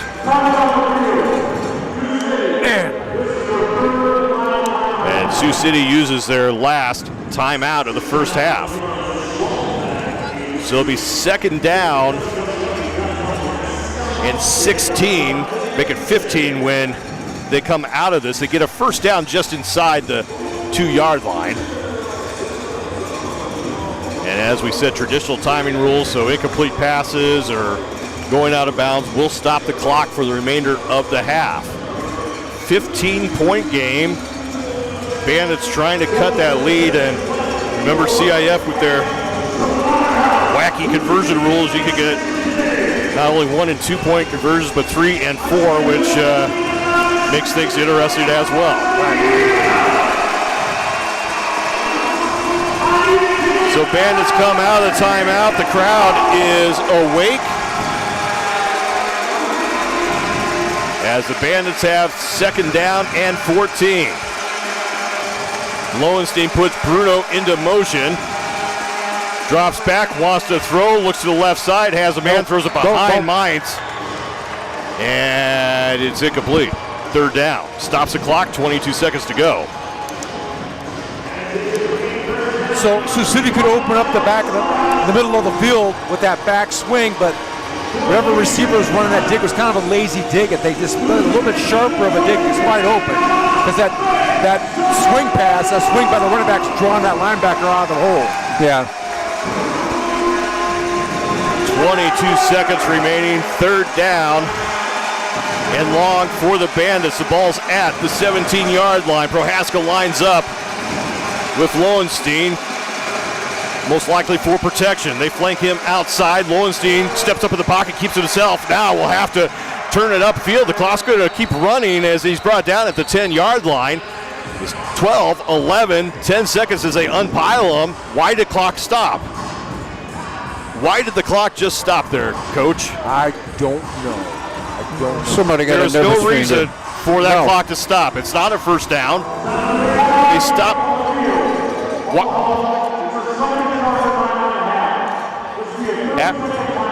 After they stop the clock, Omaha decides to use a timeout to try to get one play left after whatever happens here, but there is no reason for the clock to be stopped by officials on that play. Yeah, and Sioux City would have had a tough time getting out there and run a play. Yeah. Plus the fact they deferred, so we get the ball to start the second half. That's one you have to go back and question. Anyways, this is where you bring the block on Sioux City. They send Stewart out once again. We've well documented his season with Omaha and Sioux City, 0 for 7 on field goals. This season, Sioux City is 0 for 10 as a team. Can they get their first season field goal here with 14 seconds? Place was down. Stewart puts it up. And it is good. Game 10. Sioux City gets their first field goal of the season. Timeout? I don't know what happened. I don't know why the clock was not running on that. The clock didn't run there. There's still 11 seconds. Yeah, basically, once they decided they weren't going to run a clock, Omaha took the timeout anyway. Correct. So they could try to maybe get a long field goal to end the half. Yeah. Once they made it so Sioux City would be able to run a play and kick a field goal. Players were still on the ground. It would have been questionable if they would have got that play off, and would have been rushing the field goal at best. But anyways, 21-9 with 11 seconds to go. Clock did not run during that field goal. That's your home clock operator right there, but more impressively, the officials don't notice. I guess they're not watching the clock. Well, and Omaha will. They're just here. Omaha will say, why not? Let's see how long. Maybe they can not run the clock for a few more plays. They just want to come watch the game. Good seats. They got good seats. They're great for reviews. Omaha does have one timeout, so if they could get a good return and try to give Ortiz a shot, his long field goal on the season is 38, but he's capable of hitting from almost anywhere on the field. He has a long leg. Stewart puts the ball on the tee. The clock will not start until this ball is touched by the return team. Stewart approaches, and it's a high end-over-end kick. It's going to be fielded by Samuel at the 3, out to the 5, the 10, the 15, the 20, out to midfield into the wall. Now what? And now a flag is thrown. Who threw that flag, Kirk? Turn around and let's see. Who do you think this will be on? Just take a guess. Who do you think this will be on? I'm just wondering.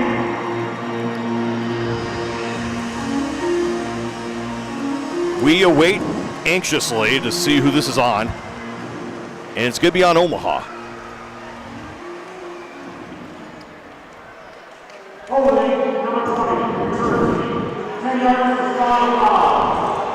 So it'll be a spot foul at 10 yards, and they'll back it all the way back to the Omaha 11-yard line. So Ortiz will stay on the bench. Omaha probably time for one. Maybe they get 2 plays off, but Armstrong, we've seen him go the length of the field, and now they take another second off the clock while they were in the huddle with the clock stopped. Why not? Making up for the earlier play.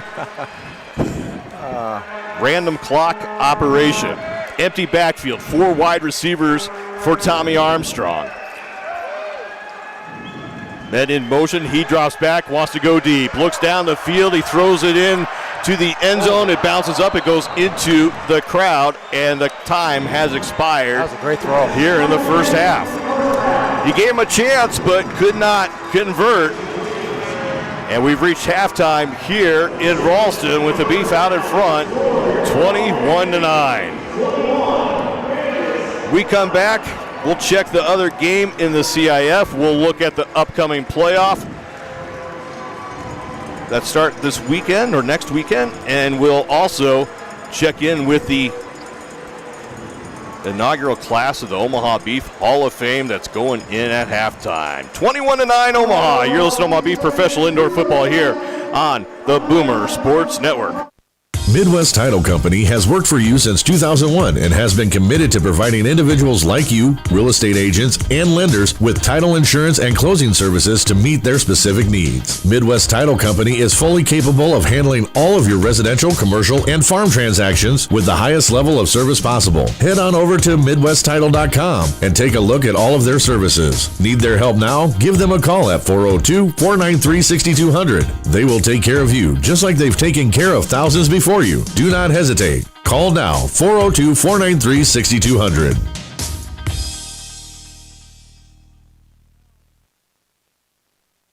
Are you looking for a new or different career path? Do you want a career where you can make a difference? The Nebraska Maintenance Academy may be just what you're looking for.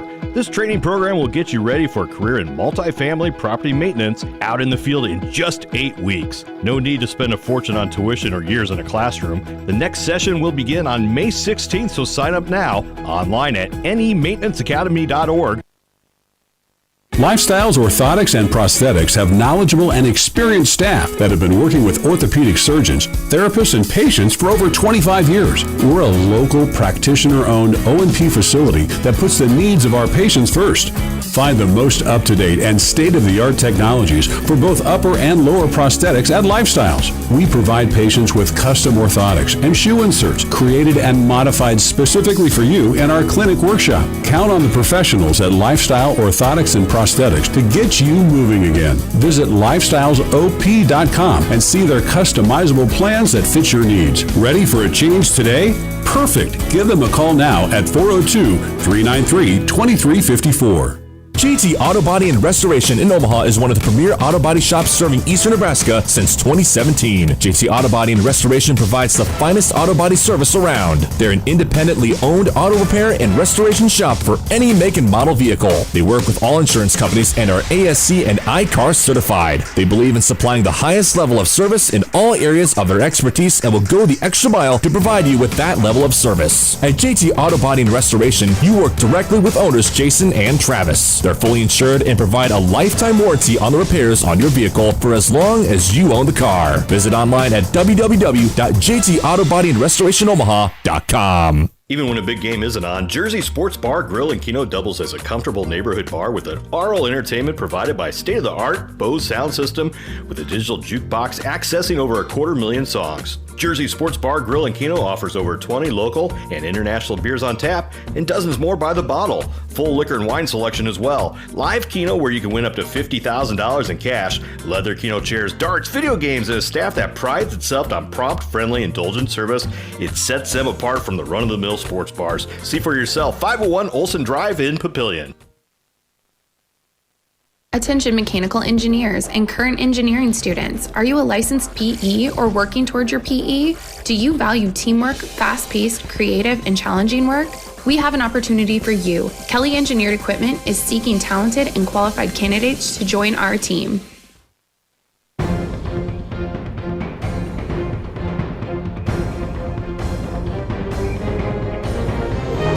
Back at Ralston, it's halftime with the Beef out in front, 21-9. Omaha looking to go 10-0 and finish the regular season undefeated. Omaha Beef introducing their first inductees into the Omaha Beef Hall of Fame. Big night. Ricky Burt's in a suit. Ricky gets a suit on, you know it's a big night. Yeah, he's got those shiny shoes. Yeah, he's dressed to impress here tonight. And, we got some people going in as they get ready for those ceremonies. And, Coach, I mean, you've been with this organization in some way or form pretty much for the entirety of it. And, if you're watching on the YouTubes, you'll see them being introduced as well. But, talk a little about some of these players, or some of these people. We'll just go through them, starting at the top. It starts with the ownership group, the Klimshots. Yeah, so Jim Klimshot had the vision years ago to bring indoor football, arena football to Omaha, because there were some failures before that with the Arena Football League, and he got the people together in the vision and started the Omaha Beef in the inaugural season 2000. And the first head coach was Sandy Buddha, and had a great run with Coach Buddha, and we had a chance as an opponent to go against the Beef back then, and it was just phenomenal football games with phenomenal athletes. So many good players on that team. One of them being honored tonight would be Troy Travis, the original quarterback on that team. We talked about the head coach, actually Sandy Buddha, right now being honored as he is inducted. Great to see him out here. He's looking good, actually. Yeah, absolutely. And, another member of that entire group, which future inductee, is first general manager Don Igo. He's a good friend of the program. But just talk about what they all did as a group. You talk about how successful this was. A lot of people forget just how big a deal this was in Omaha when it started. There at the Omaha Civic Auditorium is a tough ticket to get, and really filled up the arena down there and had a lot of success, a lot of excitement. Absolutely. So, Don and those guys did a great job. The first couple of years there in Omaha, 8,000 was capacity in Civic Auditorium. You couldn't get a ticket to get in there. It was some rocking games in there. Oops. Don't play that right now. People knew about the team. The people followed the team. There's a lot of great players. There were some Huskers on there as well. And Nebraska apparently used to have a good football team back then. You may remember. Some of them came on to play. There's also some colleges that were still in business that brought in local talent. As we see Dan Potts missile, Patsy goes in. Big offensive lineman. And Kirk, we were talking about the early years of this group that goes in right now, really set the tone. And it was some of the best success of this franchise, obviously. And you're starting to feel a little bit of it now. But, it still pales in comparison to those early days. Really does, and just even last week seeing Coach Buddha, or when the Tropics came down here, right, and coming and visiting with him, and told him that I still had his recruiting letter when he was at KU. Talk about Troy Travis, who they put in. Yeah. So, if you don't know the story, probably nobody better to tell it, at least on this broadcast, than you, Coach. Yeah, so Troy was the original Randall Cunningham of indoor football. That guy was it was so tough to play against him. He had such great vision. He was such a big quarterback, could run really fast, and he had great people around him, but Troy was just a competitor. And especially when you think about that 2001 season, we saw him 3 times. I mean, Troy was unbelievable, and they put 70 on us, man. It was they were a tough football team, and Troy was the leader of that team. And as durable as they come, tough, always played, never was down, and just a phenomenal guy, a phenomenal quarterback, a tremendous human being. And sorry he's gone now. And talk about that. I mean, the legacy he left off the field. Yeah, he did a lot of great things in Omaha, and unfortunately, he was an enthusiast with the motorcycle and got himself into a motorcycle accident, and we lost Troy, but, I'm glad his legend lives on here in indoor football. Dwayne Harris, don't believe he is in attendance tonight, but he has entered as well, and you just talk about, again, just phenomenal athletes, and it was definitely a first ballot Hall of Famer and a great pro career outside of here as well. Yeah, Dwayne was one of those guys, when he turned it on. There's nobody that could block that guy. He was so unbelievable when he was playing.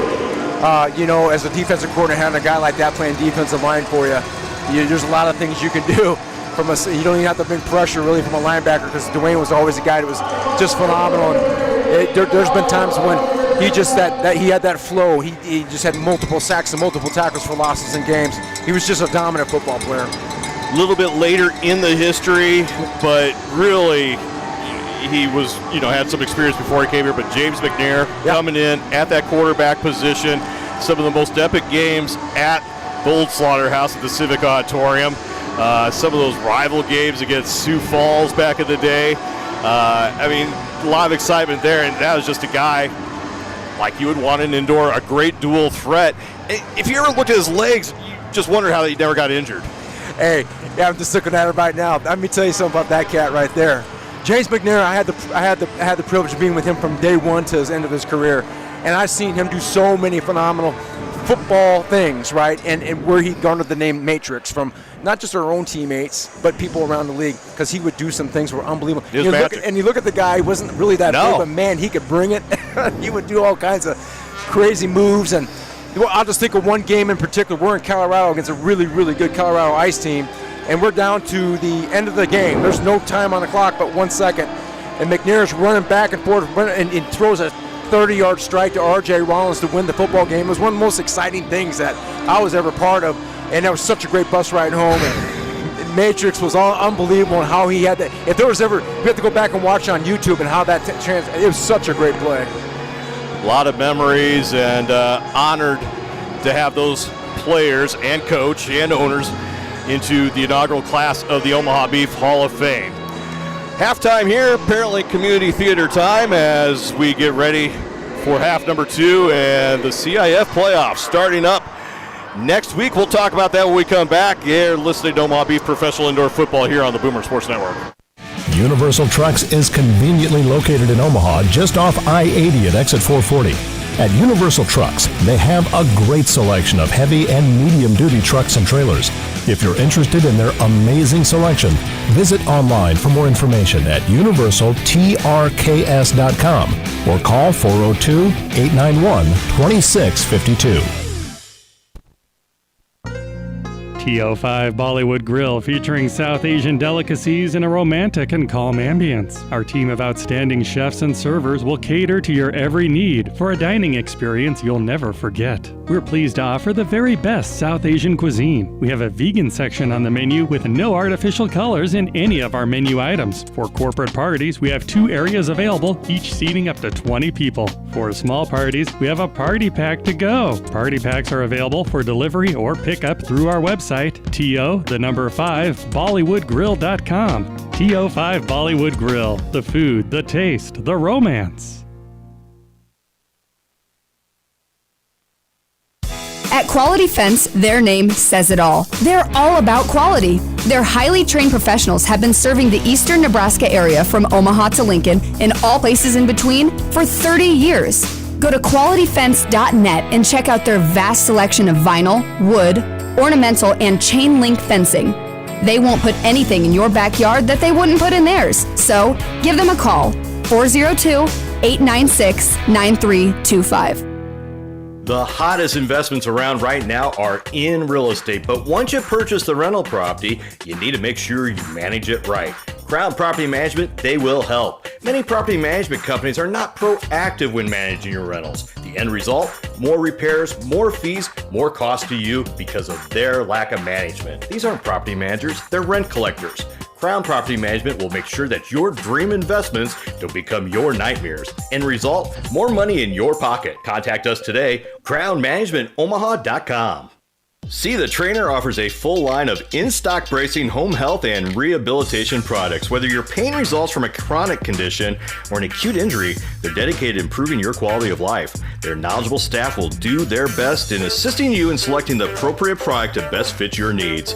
In-stock products for orthopedics, sports medicine, rehabilitation, home health, and patient education. Visit See the Trainer. They've got you covered.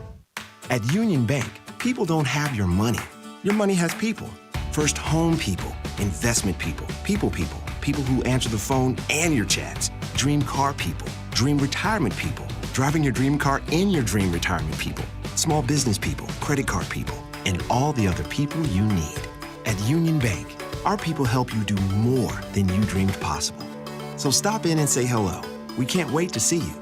Union Bank and Trust, member FDIC.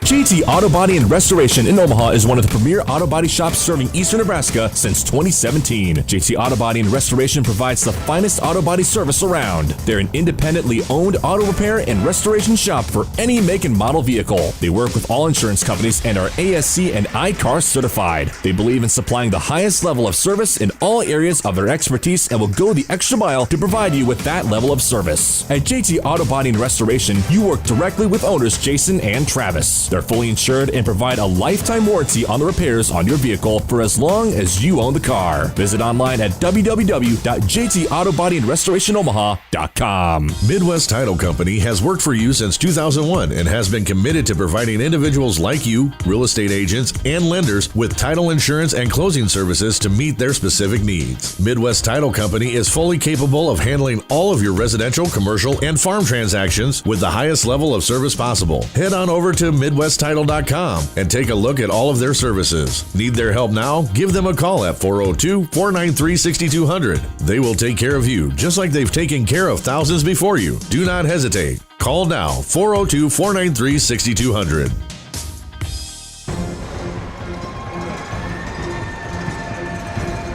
Long halftime here in Omaha.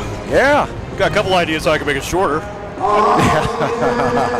Omaha out in front 21-9. Looking for win number 10 and setting up the 2023 CIF playoff. It starts next Saturday. It's still in doubt who's playing where.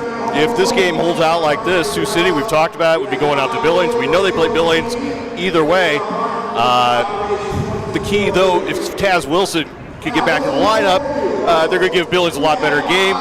I haven't seen a lot of Billings since they've got former Topeka quarterback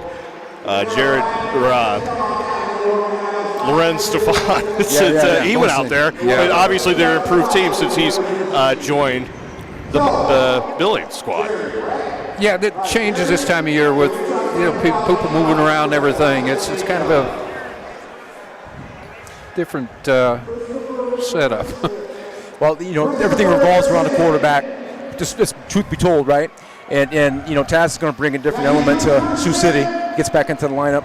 If that happens, where Sioux City does lose tonight, I think it's probably a good chance if they beat a Billings team.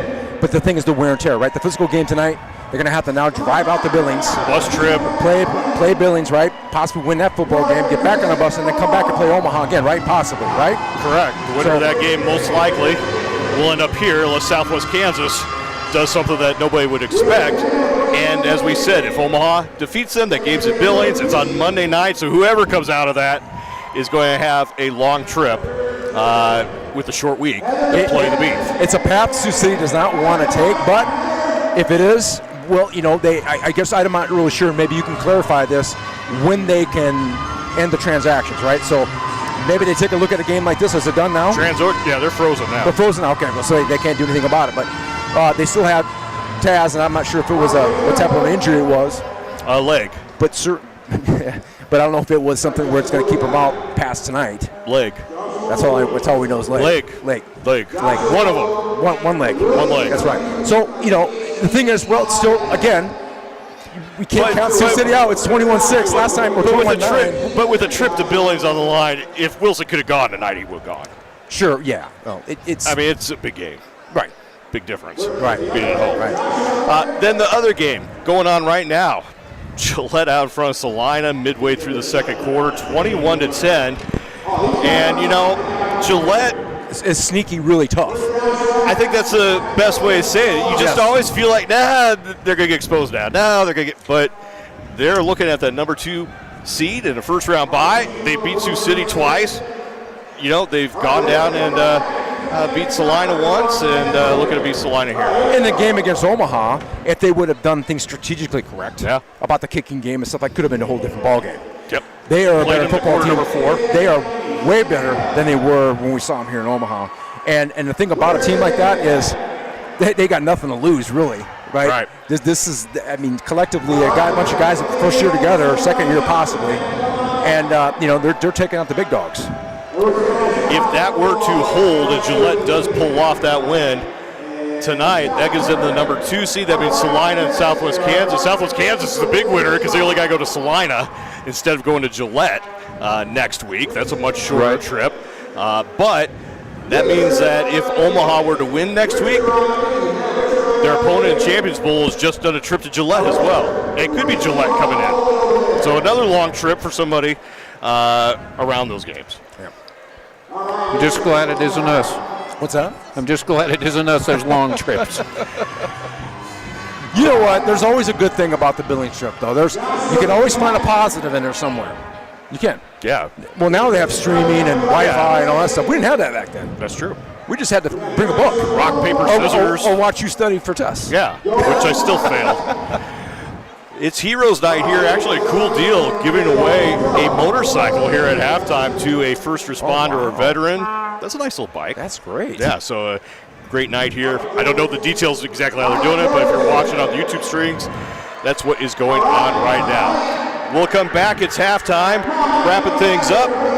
Omaha out in front, 21-9. You're listening to Omaha Beef Professional Indoor Football here on the Boomer Sports Network. Whether it's small-scale digital printing projects or a high-volume, high-end offset print project, DBS Burke has the proper equipment and craftsman-level machine operators to produce your message beyond your expectation. Find out why DBS Burke is the best source for mailing services, kitting, and fulfillment, wide-format printing projects such as posters, banners, signs, and signage. Call today, 402-455-1200 to schedule your next appointment.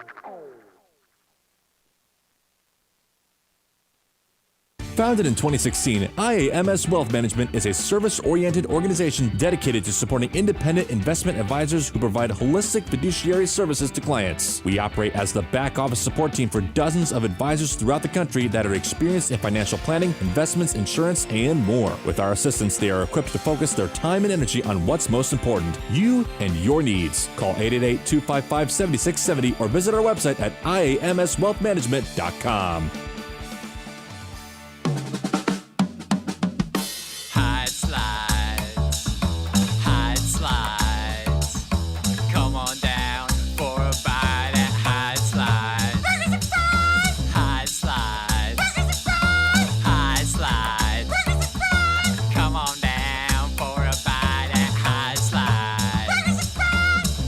Slides Burgers and Fries, located at 3505 South 42nd Street in Omaha, Nebraska. It's right inside the Grover Inn. There ain't no sign, but come on in.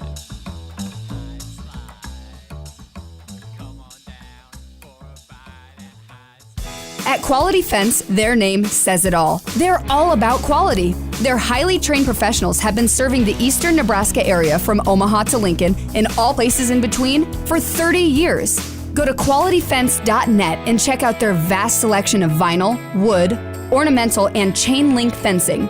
They won't put anything in your backyard that they wouldn't put in theirs. So give them a call, 402-896-9325. At Union Bank, people don't have your money. Your money has people.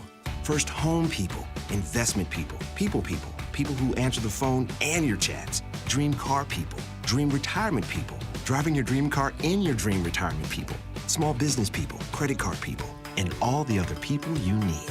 At Union Bank, our people help you do more than you dreamed possible. So stop in and say hello. We can't wait to see you. Union Bank and Trust, member FDIC. Universal Trucks is conveniently located in Omaha, just off I-80 at exit 440. At Universal Trucks, they have a great selection of heavy and medium-duty trucks and trailers. If you're interested in their amazing selection, visit online for more information at universaltrks.com or call 402-891-2652. The hottest investments around right now are in real estate, but once you purchase the rental property, you need to make sure you manage it right. Crown Property Management, they will help. Many property management companies are not proactive when managing your rentals. The end result, more repairs, more fees, more cost to you because of their lack of management. These aren't property managers, they're rent collectors. Crown Property Management will make sure that your dream investments don't become your nightmares. End result, more money in your pocket. Contact us today, crownmanagementomaha.com.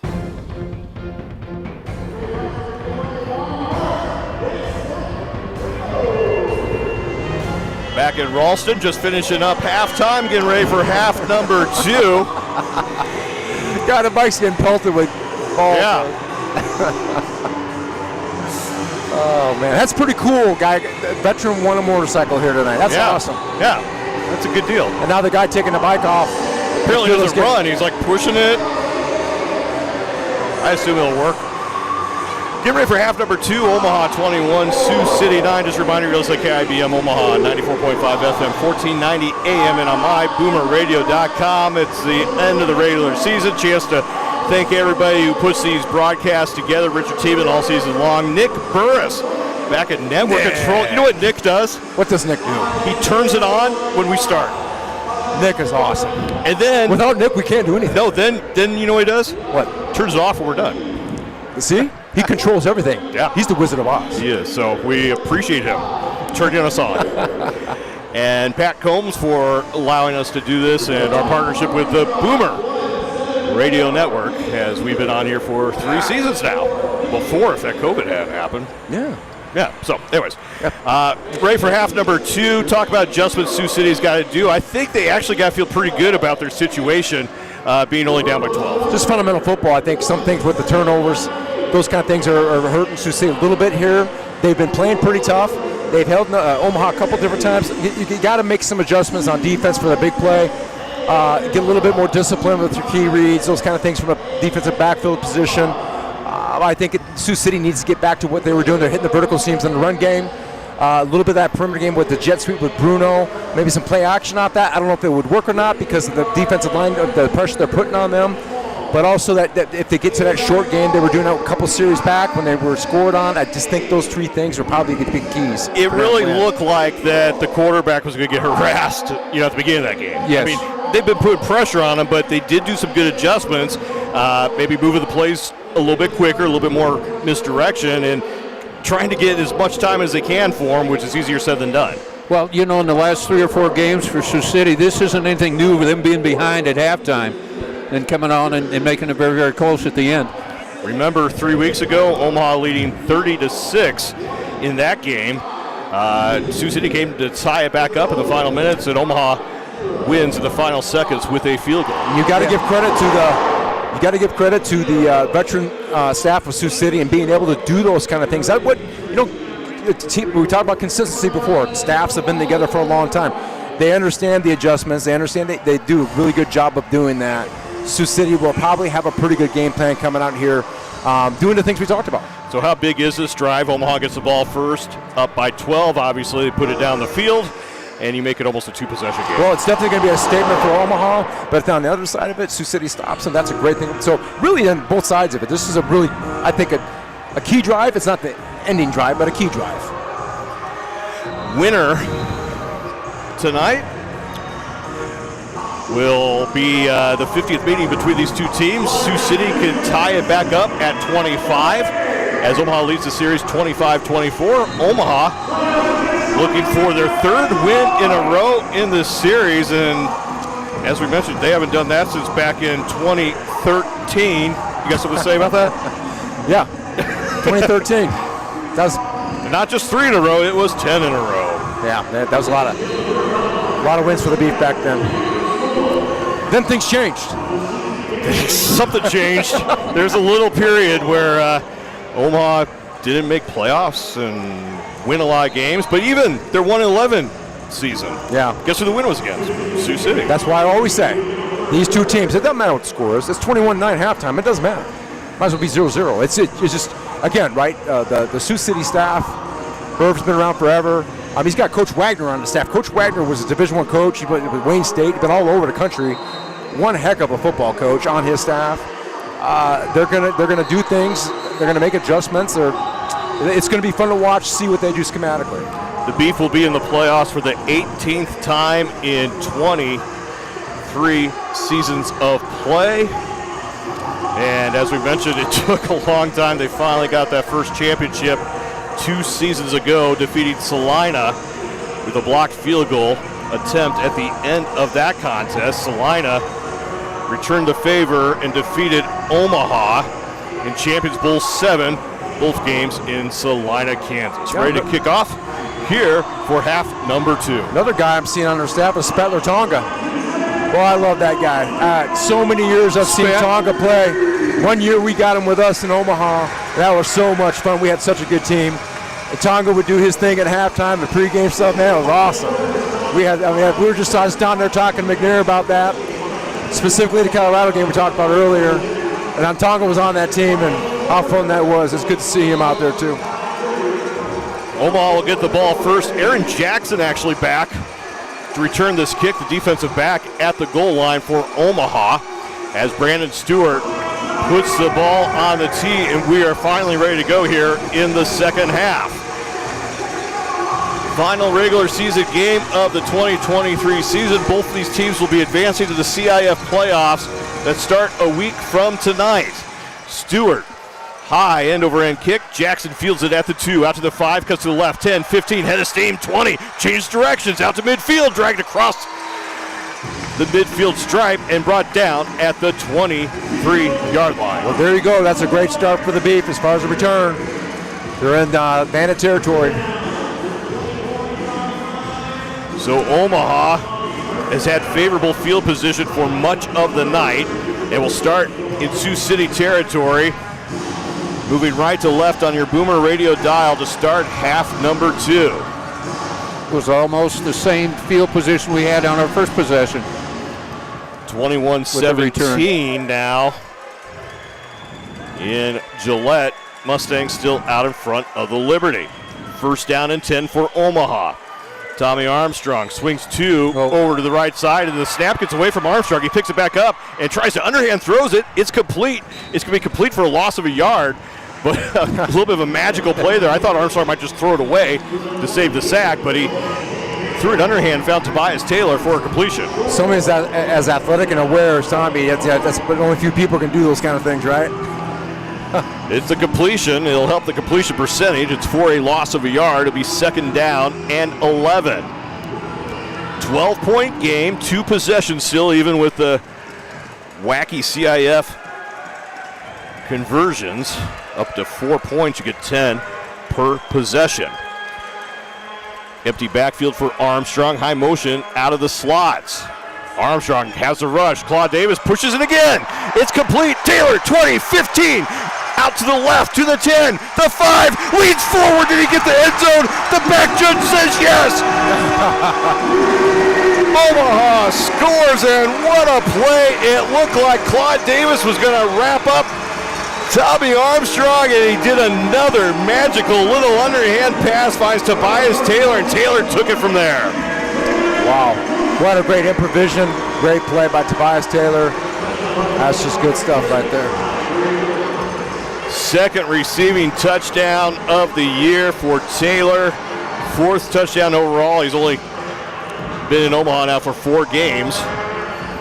And Mike Tatum's going to leave his offense on the field and try to go for a 2-point conversion to make this a 20-point game and really put the pressure on the Bandits. That'd be 2 10-point drives, which would be touchdowns and 4-point conversions if Omaha is successful.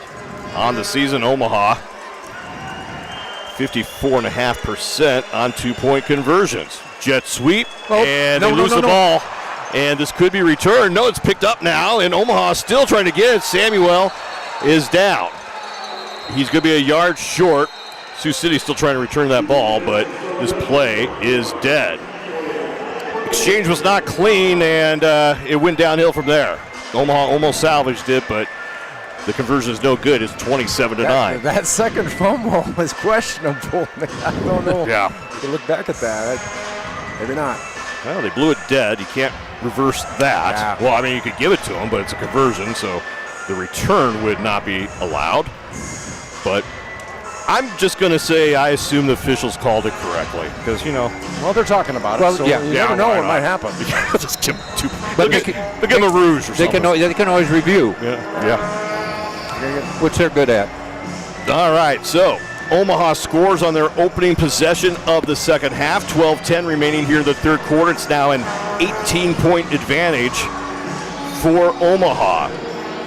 We talked about majority of the season, Sioux City has gone for that 3-point conversion, and that's what they would need here is 2 touchdowns with 3-point conversions successful to tie this game up.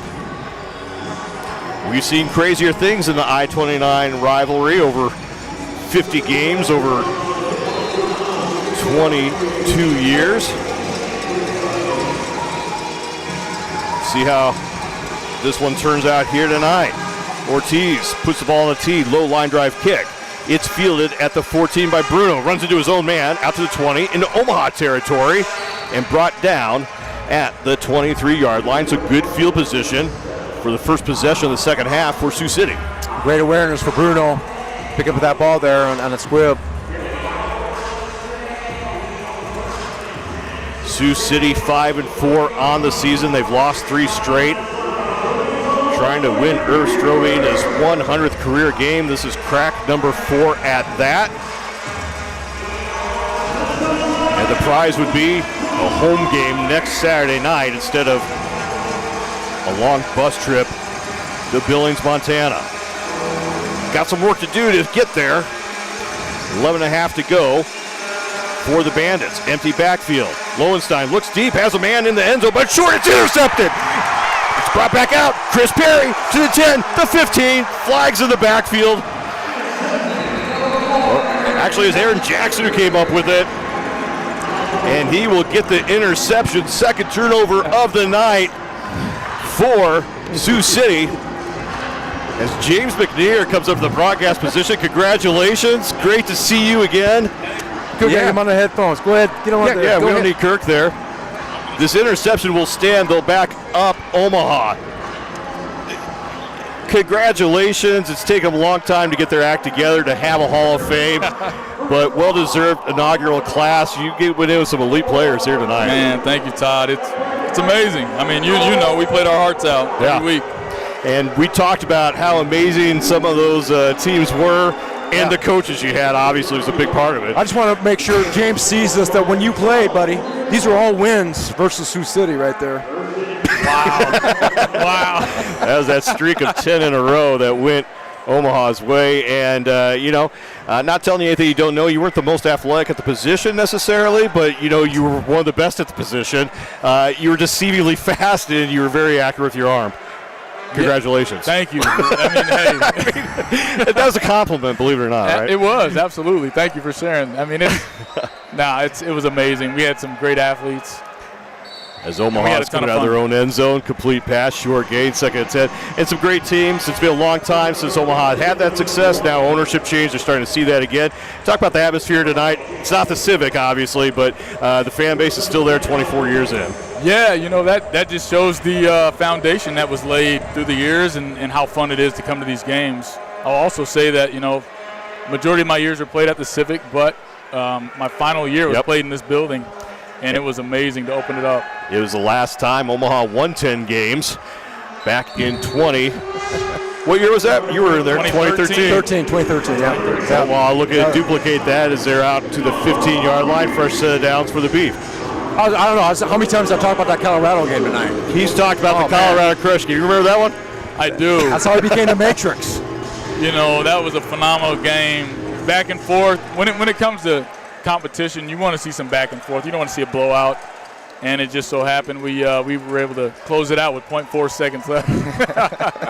Makes that bus ride a lot more tolerable coming home as Armstrong on the keeper for 6 or 7 be second down.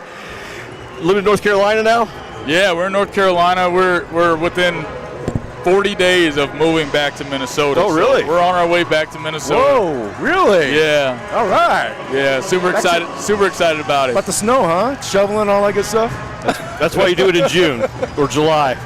It'll take some getting used to. We're used to having 60 degrees on Christmas, so it's. I get used to that real fast. Second down and 4. James going to do good. He's doing good. He'll have it hired out, man. Absolutely, yeah. High motion far side. Armstrong wants to go for the long ball. He has a man. It's McIntyre. It's complete to the 14-yard line. Beautiful. Talk about Tommy Armstrong. Really, I mean, dual threat, and he's been better than we thought he'd be. Be honest, we thought he'd be pretty good, but he's having a heck of a season for Omaha. You know, I spoke on him the other day when I spoke on the podcast. He's the success of this team, you know, and that's what you want. You want the guys to follow a great leader. They're responding to him. Even as I saw him run out of the tunnel for halftime, you know, they're locked in. First down for the Beef, threatening to score. They're at the 15-yard line. Hand off to Taylor, or at McIntyre on the jet sweep. He picks up 8 or 9 near another first down. Again, congratulations, James McNair. He's the Matrix. He's in the inaugural class of the Omaha Beef Hall of Fame, along with Coach Sandy Buda. Potsy, good to see him again. Love it. And great to see you back in Omaha. Thanks, Todd. Great to see you. Great to have you here. All love to you guys. Absolutely. Get to Minnesota, you come back anytime. Second down short for the Beef, trying to increase this lead, this 18-point advantage midway through the third quarter. Armstrong has a man in the back. It's knocked out of the air. Nice job by Sioux City on defense, preventing a touchdown. It was knocked out of the air. Looks like it's Axel Beard in the backfield. Or excuse me, it's Justin Gilbert. I got water on my spotting chart. It blurred the ink. We're in trouble. We'll work through it. Third down and short. Great to see the Matrix. Oh, yeah, man. God. You talk about leaders, man. Woo. Quiet, man. but confident, right? He's boisterous now when he wanted to be. Yeah, not here. But no, some great days and great Omaha teams. Armstrong looks to the corner, tries to force one in there. It's incomplete. Looked like some contact, no flag on the play. It'll be fourth down, and I assume Omaha's going to leave the offense on the field, even though they could make this a 3-possession game with a field goal. Field goal would make it 21 points, which would officially make it 3 possessions, but on fourth down and short in the red zone, we've talked about the success. They've only been denied twice all season long. Going to try to make sure that number 3 is not right here. They need 2 yards to do that. Pistol formation for Armstrong, fourth down and 2. Taylor lines up with him. Wideouts on the outside. Jet sweep. Fake to Samuel. Actually, no, they gave it to him. He has it. He's in the end zone. It's a touchdown for Omaha. And the lead is increased to 24.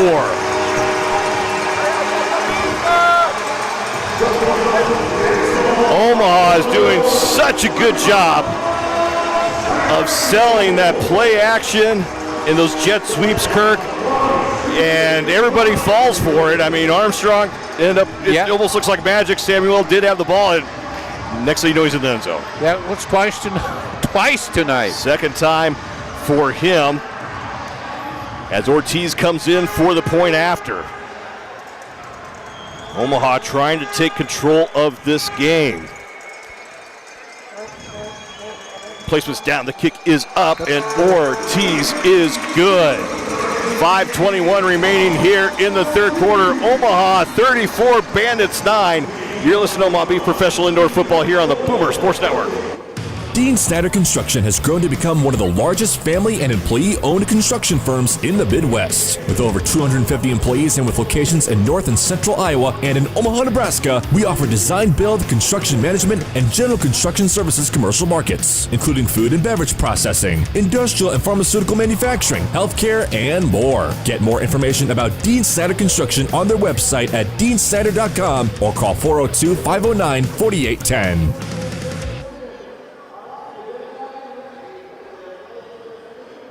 Beyond Golf, located at 12040 McDermott Plaza in La Vista, opened its doors in 2009 in an effort to bridge the long seasonal gap to Midwest golfers. In 2012, the first major addition was our kitchen, and we haven't looked back since. Beyond Golf features indoor golf on some of the world's most famous courses. Enjoy a round of golf in a laid-back atmosphere complete with a full bar, gourmet food menu, and big screen TVs. Book your tea time online or drop in for one of our craft cocktails, craft beer on draft, or delicious food items. Visit our website at www.beyondgolf.com or by calling us at 402-916-4727. Bird dogging is when someone is focused like a laser to find the problem and fix it. Like the technicians at Titanium HVAC. If there's a problem with your HVAC system, they will find it and fix it. Titanium HVAC. Honesty and quality come standard. TitaniumOmaha.com. The Pit Barbecue Lounge on 72nd and Highway 370. The official barbecue of the Omaha Beef.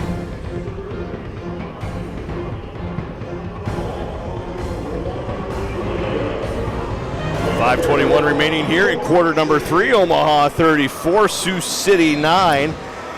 Kirk, this was a part of the game where it started to actually fall apart for Omaha, and Sioux City got some momentum. Of course, they got the ball first in the second half up there. That's what started it.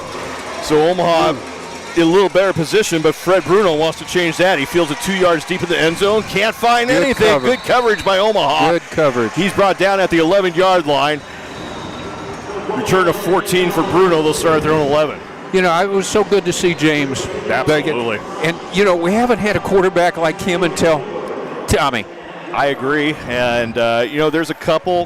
There's been some decent dual threats off and on. Yeah. But I don't think that with the leadership qualities like, you know, James had. Yeah. And, you know, to be the first quarterback to go into that Hall of Fame in a storied franchise like that says a lot about his character and his leadership. First down for Sioux City. Lowenstein will operate under center. They'll hand off to Prohaska. Nothing doing. It's a wall of beef and a loss of 1. Hey, you're back. That's a good way to come back on a wall of beef. Oh, I knew that would get you here. And a flag has come out. I was just meeting with our old owner, having a good conversation. Late flag. Let's see what this is. They're on waving goodbye to somebody. The officials are discussing it. And we'll get the call.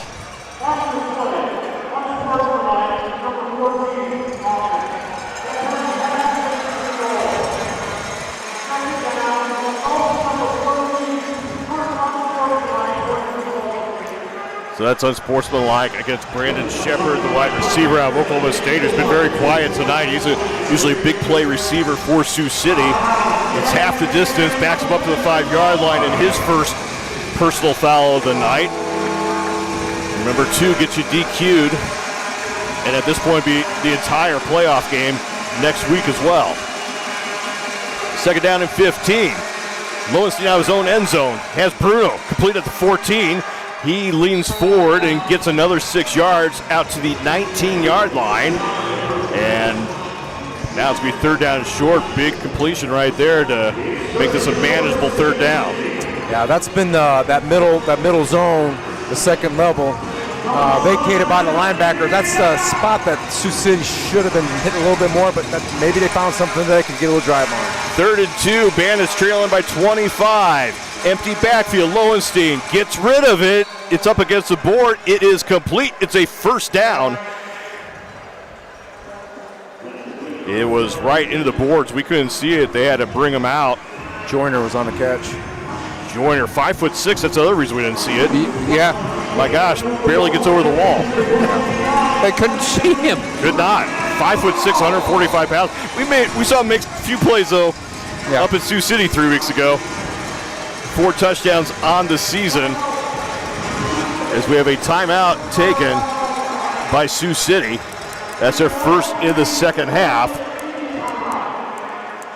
And they will have a media timeout as well. 3:16 remaining here in the third quarter.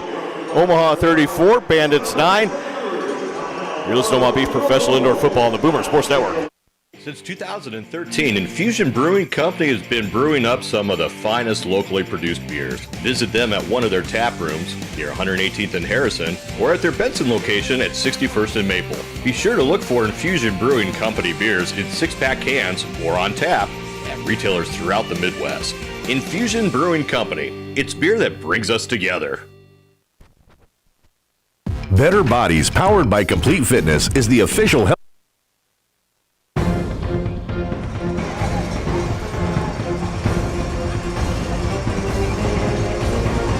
Out of the Sioux City timeout, first down and 10 for the Bandits. They are at their own 22-yard line and need a big drive right here. 3:16 remaining here in the third quarter. They trail by 25. Jet sweep is handed off. Joyner once again as he gets in and out of it and into Omaha territory. Pickup of 4 yards, be second down and 6. You know, the one thing you just hadn't seen with this jet motion is any misdirection off that. Like, hand off weak side or something based off that jet motion. Yeah, I think when you have a quarterback that, it's his first game and whatnot, yeah, absolutely. I don't know if we talked about how deep into the playbook they would be able to get here tonight. Second down and 7. Ball is at the 25-yard line. Prohaska lines up in the pistol. Lowenstein drops back, has some time. Now we'll roll out to the right side and looks again for Joyner. And it's short and incomplete. Third down. Aaron Jackson on the coverage for Omaha. Yeah, Lowenstein's got some lanes to run. At that little bit of indecision there with the throw, just wants to tuck it and go. Yeah, I thought that was when he'd take off. But he's a right-hander and moving right. I mean, he wasn't at a disadvantage really. Third down and 7. The Slaughterhouse is alive. 1:57 and counting to the end of the third quarter. 2 men in motion near side. Lowenstein. Here comes the rush. In and out of his hands. He eludes it. Now he'll take off. Can he find a first down? He's to the 20 and gets pushed over the first down marker on the tackle. He was going to be short, but the tackle by Ponce de Leon took him for the first down, and it's a first down for Sioux City. Yeah, I mean, at that time he got himself elusive. Did a good job there. We had a big one in front of him. That's what you're talking about. There was a pass rush. Everybody got behind him, and he took off. Had green AstroTurf in front of him. Picks up the first down. First down at the 17-yard line. Handoff is to Prohaska. He finds a gap and a handful of yards. Looks like he gets about 3. Still on his feet, gets driven back. They're jawing out there, but Prohaska's still on his feet. He's tough to bring down. Yeah, he is. And knowing his personality, that the jaw jack is not going to mess with him too much. No. They weren't complimenting each other. No. It wasn't too many niceties going on there, I don't think. Second down and 7. Bandits desperately need a score to stay in this game as we're in the final seconds of the third quarter. Lowenstein under center, Prohaska behind him. 2 wideouts near side. They'll go in motion. Shepard looked off sides. There's the flag. Got a head start, went over the line. Oops, that's got to stop playing. It's too close there. Technical issues. Yes. False start on Sioux City, backs them up 5 yards. Be second down and 12. Spot the ball back at the 18.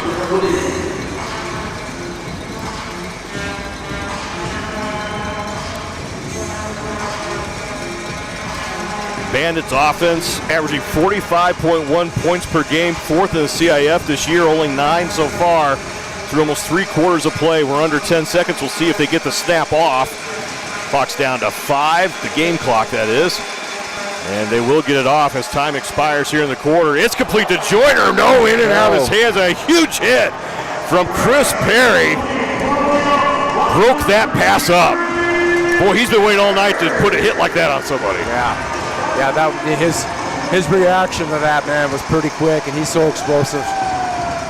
It'll be third down for the Bandits as we go to quarter number 4. 15 minutes away. Can the Beef put on the perfect 10 for 2023? 34-9. We'll be right back here at Omaha Beef Professional Indoor Football on the Boomer Sports Network. Trust your home or business to the licensed and insured electricians at Gateway Electric. They are your go-to electricians for jobs of all sizes, lighting upgrades, new wiring, panel upgrades, and more. Contact Gateway Electric today to get the quality work that you deserve. 402-690-4588 or online at gatewayelectricne.com.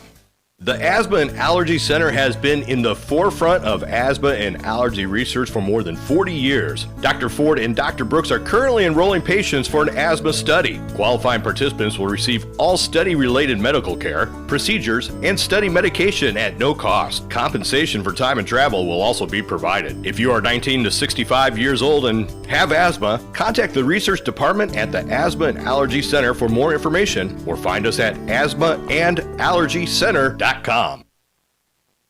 Since 2013, Infusion Brewing Company has been brewing up some of the finest locally produced beers. Visit them at one of their tap rooms near 118th and Harrison or at their Benson location at 61st and Maple. Be sure to look for Infusion Brewing Company beers in 6-pack cans or on tap at retailers throughout the Midwest. Infusion Brewing Company. It's beer that brings us together.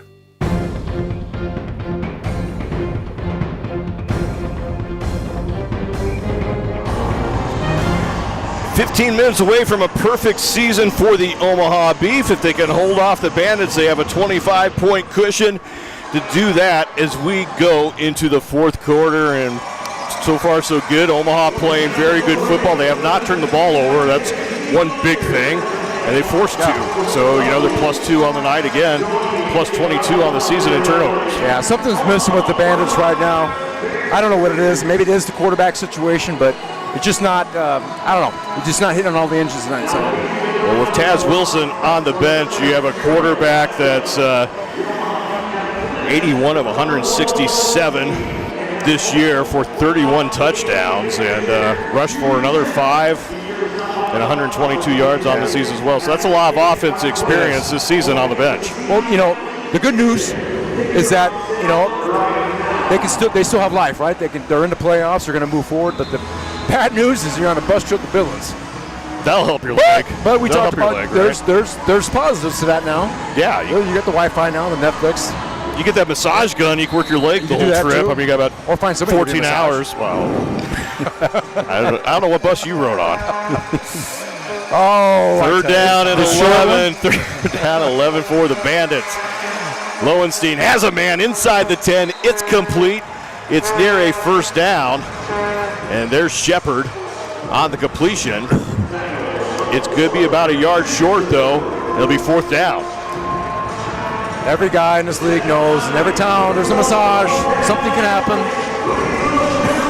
I'll take your word for it. Fourth down for the Bandits, 50% on the season. 10 out of 20. None bigger than this one right here. Right. Massage the lead.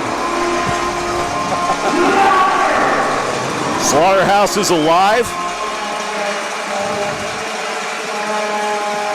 Bandits need 2 yards. Lowenstein under center. Prohaska lined up behind him. Stewart nearly offsides again. And a flag comes from referee number 2. There's 2 R's out there. And it played this blown dead. Remember? Oh, go ahead. I'm sorry. Beef defensive line just controlling the line of scrimmage right now. It's super physical football. And I believe this is going against Omaha, and it's going to be declined and turned over on downs. And that's exactly what it is.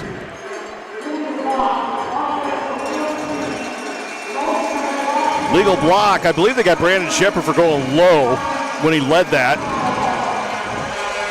Hey, Rick.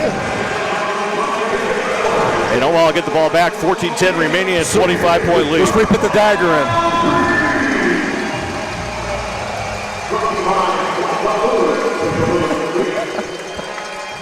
The dagger. One hitter quitter.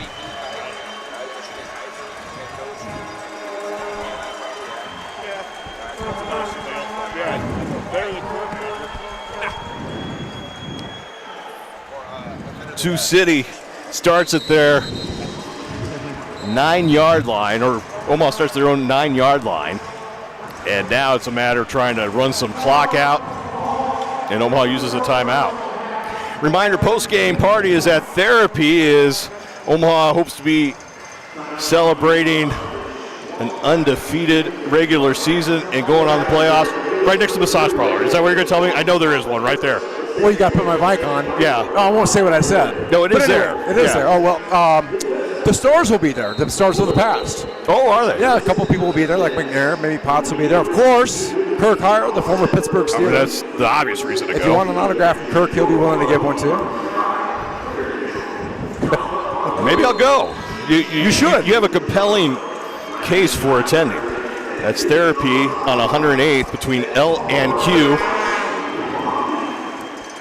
It's a post-game party spot tonight. First down for Omaha. Armstrong on the keeper, looks downfield, play action, has a man, McIntyre caught, 5, end zone touchdown, Omaha, coast to coast, 45 yards, Tommy Armstrong to McIntyre, and the Beef put a statement on the Bandits with a 45-yard touchdown. Yeah, it looked good from up here even. Woo! Yeah, that was a one-hitter quitter. Sometimes that doesn't change, boy. That psychological thing works. Tommy did a great job selling that run. He sure did, and they've been selling that play action all night. He looked like he's going to take off, and then went down. A pretty pass right on the money.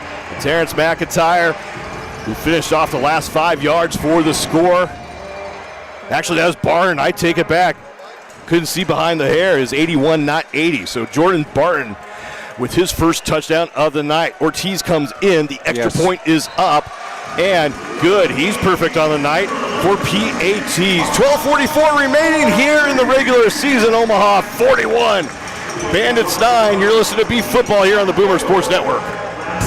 Are you looking for ways to get focused in 2023? Whether it's to find the healthiest version of yourself or to get stronger, at Anybody Supplements, we want to help make 2023 your best year yet. Go to anybodysuppsomaha.com and check out the one-of-a-kind selection of pre-workouts, weight management solutions, protein, and recovery. You can even stop by the store at 108th and Center. Call 513-466-4758. The amazing staff will get you on the right path to a healthy lifestyle.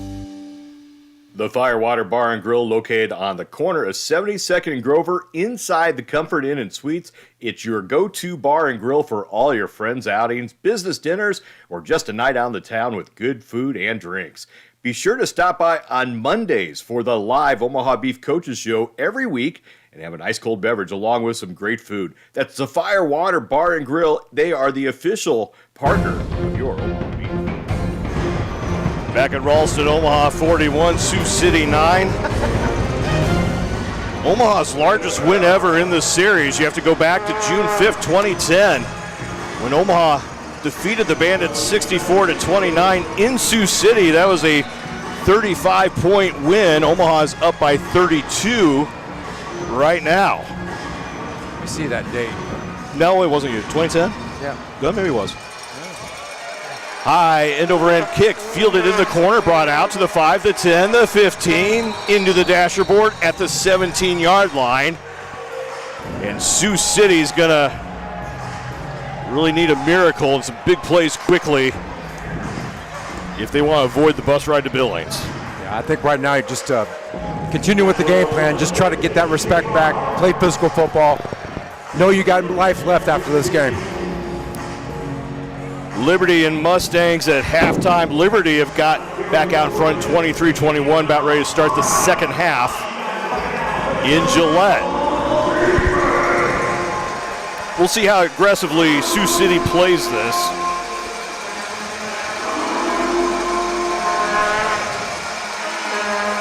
First down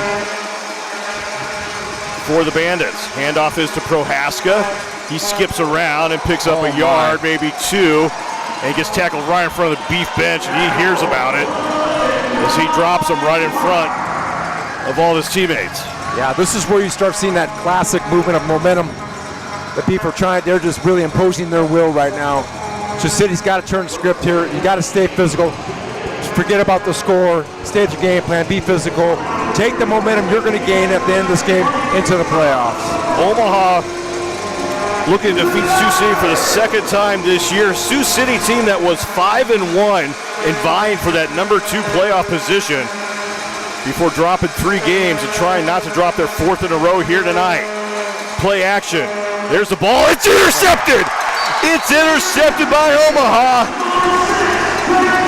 And Sioux City turns it over once again. That ball just came out of the hands funny from Lowenstein and right into the hands. Yeah, I think just sitting underneath that corner route, great job. He was waiting on that hitch. He was sitting there, just a classic, good, great play by the corner there. Omaha, 3rd turnover of the night. And that one is sending some of the fans on their way to Therapy Bar and Grill. Get that first call. Yeah, I don't know if the Sioux City fans will be over there. No, might not be. Dwayne Autry on the field. We talked about him. He's looking at loss number 11 in 10-game season. Yeah, you put the hex on them tonight. Omaha started at their own 20-yard line after the turnover. We'll see. Last time, 1 play, 4 touchdowns. It was a 45-yard strike. Armstrong out of the pistol. Fakes it again. He wants to go downfield. Oh, in and out of the hands of Barden. Incomplete. He had some room to run. Running the shallow route to the weak side there. Corner's gone. Safety's gone. That's 6. That was a classic running before you catch the ball right there. Yeah. It's just a nice little scheme in the indoor game. Your Mike linebacker has to be super disciplined in seeing that shallow crouch come. If he doesn't see it, it's gone. We're under 10 minutes left in the regular season. Omaha trying to finish this one off in a 10-0 season. Pistol formation once again. Armstrong. Hand off to Barton. They get it right back to him. Into Sioux City territory. He picks up a half a dozen. It'll be 3rd down and 4. I like that play call. Just give him an easy after dropping the pass and give a little confidence. Going right back to him. Ball at the 24-yard line of the Bandits. I don't see the Beef really laying off the gas here, do you? No. No, I do not. 3rd down and 4. Taking a little bit of time running the plays, but they're still being aggressive in the plays they're running. And again, you could get 10 points per possession. It would take some work, but it could happen. High motion out of the slots for Omaha on 3rd down. Armstrong to the end zone, overthrows his man, incomplete. No, nice. They are not let off on the pedal. Yeah, that's a nice throw. Just led his receiver a little too far. It's be 4th down. They'll leave the offense on the field. I tell you, Tommy's been throwing some knives tonight. He is on his game.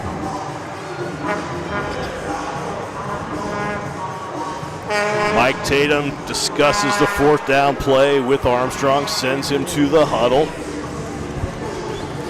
As we approach 8 minutes to go in the game.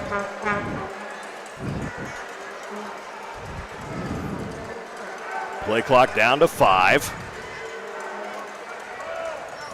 High motion, and we had movement before, and this is going to be a false start on Omaha. McIntyre jumped out of the wide receiver position.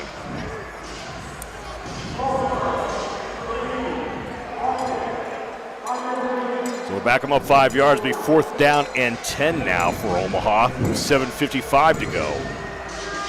And they'll set out the kicking unit now. Yeah. So they send out Paul Ortiz on 4th down. The ball is at the 21-yard line of Omaha. This will be a 36-yard, be a 43-yard attempt. His long on the season is 38. Placement's down, the kick. Plenty of distance, and boom! Got it! Just inside that left upright.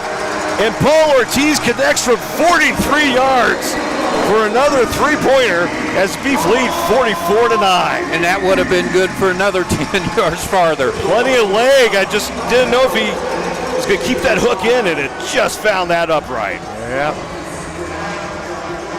We watch this one again in the arena. Yeah, it's curved a little bit. Actually, it's better than I thought it was. I thought it was a little bit closer. Great kick by Paul Ortiz. 7:26 remaining in the game. The lead's now to 35. Omaha on their way to perfection. We'll be right back. Here's the Beef Football on the Boomer Sports Network. B. Douglas Construction offers full-service construction and remodeling. If you dream it, B. Douglas Construction can and will build it. B. Douglas is an insured company providing construction services for both residential and commercial properties. Check out all of their amazing services. Visit their website, bdouglasconstruction.com, or give their great staff a call at 402-885-8505. Since 2013, Infusion Brewing Company has been brewing up some of the finest locally produced beers. Visit them at one of their tap rooms near 118th and Harrison, or at their Benson location at 61st and Maple. Be sure to look for Infusion Brewing Company beers in 6-pack cans or on tap at retailers throughout the Midwest. Infusion Brewing Company. It's beer that brings us together.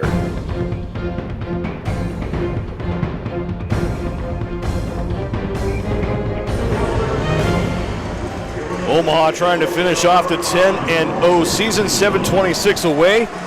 Lead of 35, which would be their largest victory. It would tie their largest victory that we just talked about back in 2010 against the Bandits, but we still have some time left. We do know this, the playoffs for Omaha get the first round bye. They will be in the semifinals 2 weeks from tonight.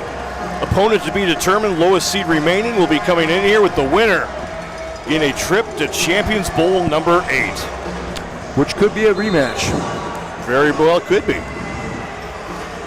And you might see Sioux City the week before. Yeah. Maybe Omaha could finish their season for the 4th straight year. I'm sure they would love to see that. High end-over-end kick. Fielded 2 yards deep. They tried to do a fake reverse, but Omaha does not buy it.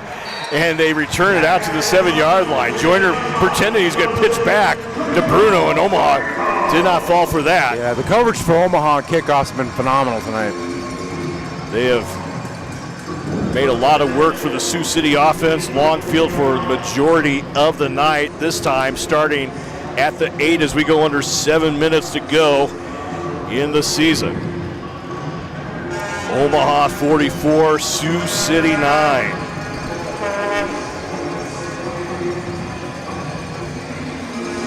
Sioux City taking their time.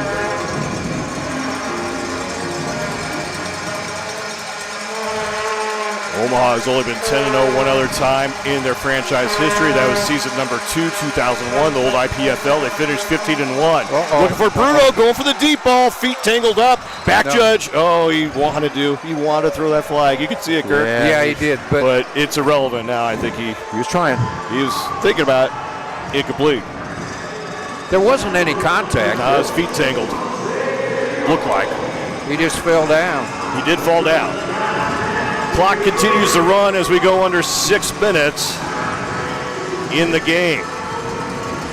Omaha will be facing either Sioux City again, Billings, or Southwest Kansas 2 weeks from tonight. Lowenstein under center on 2nd and 10. Handoff to Prohaska. He's got a hole. And again, another 8 or 9 yards. You know he won't quit playing, no matter the score. Be 3rd down and short.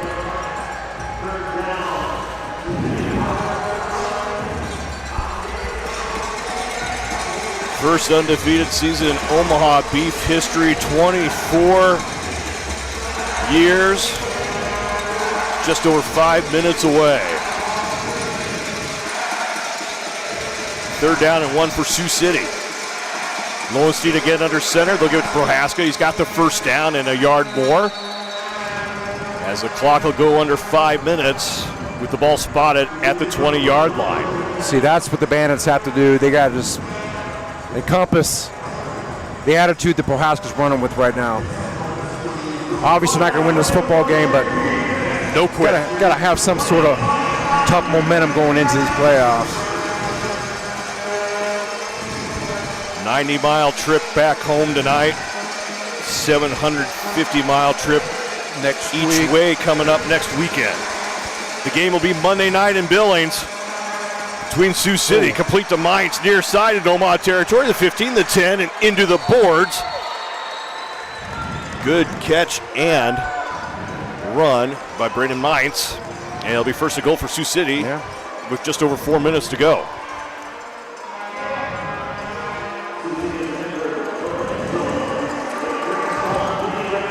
They'll spot the ball at the 5-yard line. Bandits 36 points below average tonight. They average 45 points a game. They're sitting at 9. Lowenstein hands it off to Joyner. Or excuse me, that was Bruno. Gets it down to the 2. Second and goal for Sioux City.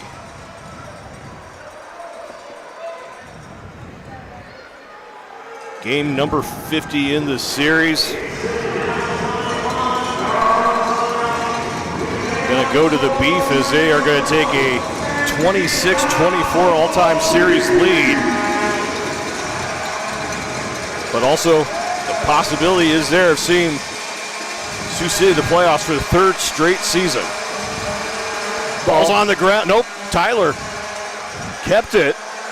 I don't know, did he fake a fumble and then run forward, or did he actually lose the handle and run forward? I don't know if that was that creative. I think he actually lost the ball. That'd be creative. Well, he lost his shoe. Well, that too. A lot going wrong there, but defense trying to keep him out of the end zone as we go under 3 minutes. He didn't get the snap right away. Just I saw it on the replay. It's at the 1-yard line. It's 3rd and goal for the Bandits. Lowenstein under center. Puts his men in motion. Moving on the right side. No whistle. Ball's on the ground. Omaha has it. The defense is held and recovered the fumble. Another turnover. Turnover number 4 on the night. Forced by the defense. But there's a flag from the back judge. Hold everything. I think he decided he is going to call that false start. I guarantee you that's what he's doing. Yeah, goes against Omaha, whatever it is. After they ran that play. Perry's not happy, so. Oh, they're going to call it on Omaha. Okay. Illegal defense on Omaha is going to wipe it all away. Let me ask you a quick question. Are you surprised? No.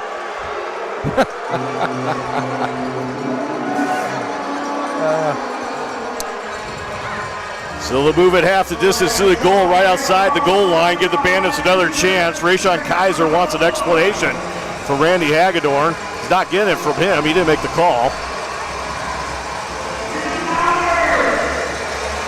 And wipe off the turnover. Bandits, another chance. About 6 inches outside of the goal. See if Lowenstein just keeps it. Nope. A little pitch out to Bruno. Bruno gets the touchdown. 2:09 remaining. The Bandits score their 2nd touchdown of the game. 44-15. They'll keep the offense on the field, and they're going to go for the 4-point conversion, the most exciting play in indoor football. Need about 29 or 29-point conversion right here. That'd be helpful. Maybe next year. You never know. You could They might make be any rule in CIF. They might be pass counting on their 9th man to help them out. Now Stewart is going to stay in. He's pleading his case. And this is a rule we saw Sioux City use last week. He will attempt a drop kick. And doing it from there would be 4 points if he could hit this. Interesting. I had to go look the rule up. Didn't even know. And Rayshon Kaiser finally got to the back judge to discuss the previous play. The only time I've seen him upset in this entire season has been the 2 games against Sioux City at that same official. Stewart, drop kick. It is up, and he is no good, but they hit him, and it's going to be roughing the kicker. I was going to say he's going to get a chance from half the distance closer, but I don't think he's going to get up and be able to kick. They gave him a pretty good hit.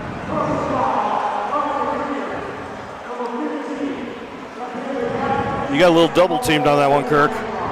Yeah. So they get to do the 4-point from half the distance? They would get to do 4 points from the 5. But and they're going to have to send the offense out. do it. Well, they do the offense. Well, Brandon's look like he's kind of getting up. Kind of getting up is not a... Yeah, well, he's getting there. Definitely got shooken up. Yeah. That's a vulnerable position to be in. He's up and good.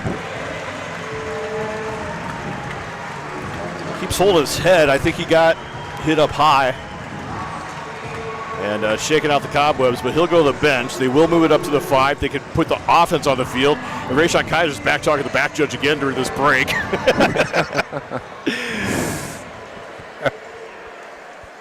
And still not getting a good explanation. Does not like it.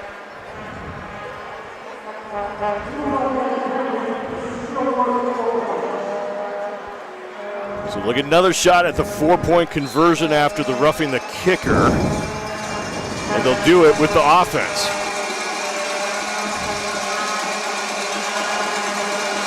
They put Bruno into motion along with Mines. Lowenstein drops back, has a little bit of time. Now the pocket's collapsing on him. He's getting chased from behind. He throws to the corner, and it's incomplete. Conversion is no good. We got some pushing and shoving by the Bandits over there. No flag, but 2:06 remaining. Whoa, well, that's not good. Another one. As it's Brandon Stewart going after, and he's got one already. He can't get a second, or doesn't want to get a second. Well, maybe he doesn't want to ride to Billings. Maybe he's doing that. That's not the worst. That may not be the worst move. Well, you don't want to get Perry in trouble either. No. No. So they settle them all down, back to the benches. It's 44-15 with 2:06 remaining. Now again, it's a team you might see in the playoffs in 2 weeks. How do you finish this game off? Take a couple deep shots on them? Well, we saw last week. Karma's kind of, you know, of course, they knew they weren't going to see Topeka again. Yeah, it's Beef just need to run this clock out and go home. You would think. Yep. We'll find out. So Omaha played a much more complete game this time against the Bandits than up in Sioux City, where the third quarter got away from them a little bit. But the Bandits back into that contest after having a 24-point lead in that game. Liberty have extended the lead 30-21 late third quarter, so Liberty trying to get that first round bye, which would send Gillette into the first round of the playoffs. It would send Southwest Kansas up to Gillette. I'm liking their unis. They can't read any of the numbers? Yeah, those are wonderful. Yeah, well, for us, it's not good, but. American flag unis, huh? Ortiz Stewart is back out to kick off now. Quick recovery. He's better. Yes. You see how far he could kick as Omaha may want to bring their return game up a little bit. Samuel's back at his own 3. Stewart tries the onside kick. Omaha acted like they weren't ready for that, but they do pick it up as Travion Samuel, or excuse me, Tobias Taylor. I think Stewart might have had a chance at that, but I don't He know almost did, yeah. That's, I think, how it was designed. Omaha seems slightly off guard by that, but you would assume 29-point game, they aren't going to try that. But if they're going to keep trying to score and give Omaha the short field, I have a feeling that Omaha... Oh, might as well just go for the dagger right here, right? Yeah. What do you think there, Kurt? Well, the clock's running, so. What's the spread on this game? Let's see. I don't know. Omaha is going to have to take a timeout. I think they've surpassed as the play clock is under 10. Oops. Play clock's down to 4, 3. Nope, they get it off. High snap, brought down. Taylor on the handoff. Picks up a yard down to the 15, and we will go to the 1 minute warning. 60 seconds away from 10-0, Omaha Beef. Looking to go perfect. 44-15, we'll be right back here with some Beef football on the Boomer Sports Network. Trust your home or business to the licensed and insured electricians at Gateway Electric. They are your go-to electricians for jobs of all sizes, lighting upgrades, new wiring, panel upgrades, and more. Contact Gateway Electric today to get the quality work that you deserve. 402-690-4588 or online at gatewayelectricne.com. Bird dogging is when someone is focused like a laser to find the problem and fix it. Like the technicians at Titanium HVAC. If there's a problem with your HVAC system, they will find it and fix it. Titanium HVAC. Honesty and quality come standard. TitaniumOmaha.com. The Pit Barbecue Lounge on 72nd and Highway 370. The official barbecue of the Omaha Beef.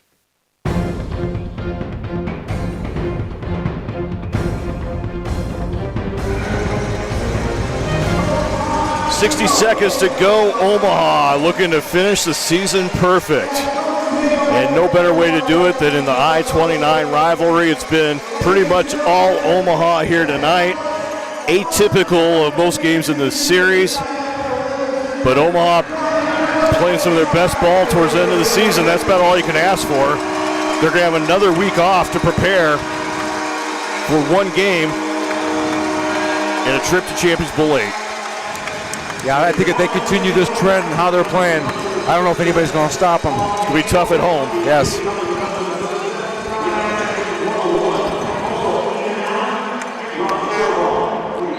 So we're wrapping everything up. Omaha took their timeout right in front of the Sioux City bench during the whole timeout there. Lots of jawing going on. Tommy Armstrong calls his players back to the huddle. Try to get them to pay attention despite the 29-point lead. Good leader. Yeah, absolutely.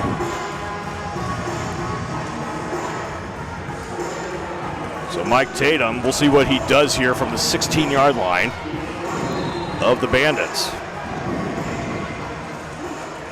Sends a play in with a 29-point advantage. 3 running backs are lined up. They're going to swing 2 out wide to the right. Armstrong takes the handoff. He'll keep it himself. Armstrong to the 10. Puts the ball out of bounds to stop the clock with 53 seconds left. You know, it's funny because now defense going to have to look at this film and think, is he going to throw it? He's so good at selling that, and then he takes off and gets out. It's just, you know. Now they started the clock up. Wasn't he out of bounds? Did he go in the wall? Yeah, it's a mercy call, I guess. Mercy call. Well, Omaha have to do it quicker. Empty backfield for Armstrong. We go under 30 ticks. High motion outside. And here's the jet sweep. Samuel, he's trying to find the hole, and he goes into the wall, which will stop the clock. Well, by rule, should stop the clock. You never know. Nope, they'll let it run. So, Omaha's trying to get back on the ball quickly. Armstrong wants to take a timeout. There you go. Okay. 29-point lead. Well, gonna take a timeout to see if they can punch one more in. He's already got the spirit of the I-29 rivalry with just 2 games against the Bandits. So the winner of Billings Sioux City comes back here, right? Unless Southwest Kansas is able to upset the winner of the Gillette Salina game. Which probably won't. So, that'll be interesting. It'll see be what happens right? there. Little something to talk about, be motivated to practice about, right? Absolutely. Hey, Bubby, how you doing?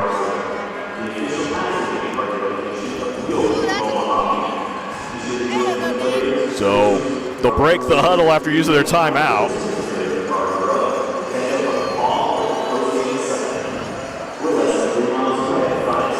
And we'll see what Omaha decides to do. 6 seconds left.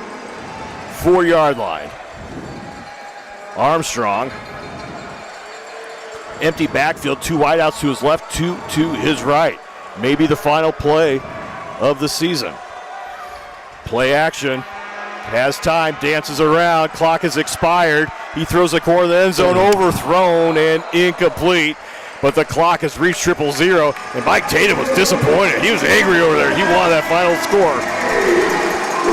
But it's a victory for Omaha, and Omaha is the perfect 10-0 for 2023 as they defeat the Sioux City Bandits 44-15. We'll come back and wrap this up. Regular season is in the books for Omaha.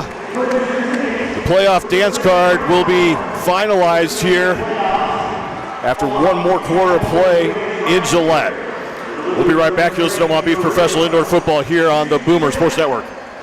State Farm Insurance agent Amanda Spencer is not only a proud sponsor of the Omaha Beef, but also the proud sponsor of the honorary Family of the Game at all Omaha Beef home games that recognizes those who give back to our community. Amanda and her staff serve the entire states of Nebraska and Iowa, so call her today at 402-346-5553 for a free quote on your car, home, renters, life, or business insurance needs. You can also visit her website at aspencerinsurance.com. State Farm agent Amanda Spencer, proud sponsor of your Omaha Beef.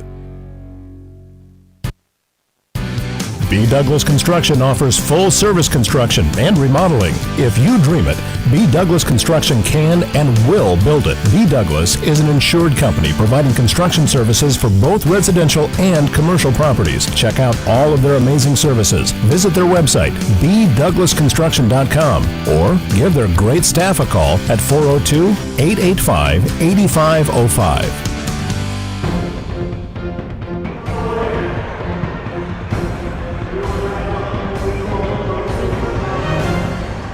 Back at the Slaughterhouse, season not quite done as the two teams are exchanging pleasantries after the game. Well, Todd, as we talked about, the end of that game there was not a good thing for the Bandits as far as how they're taking to this.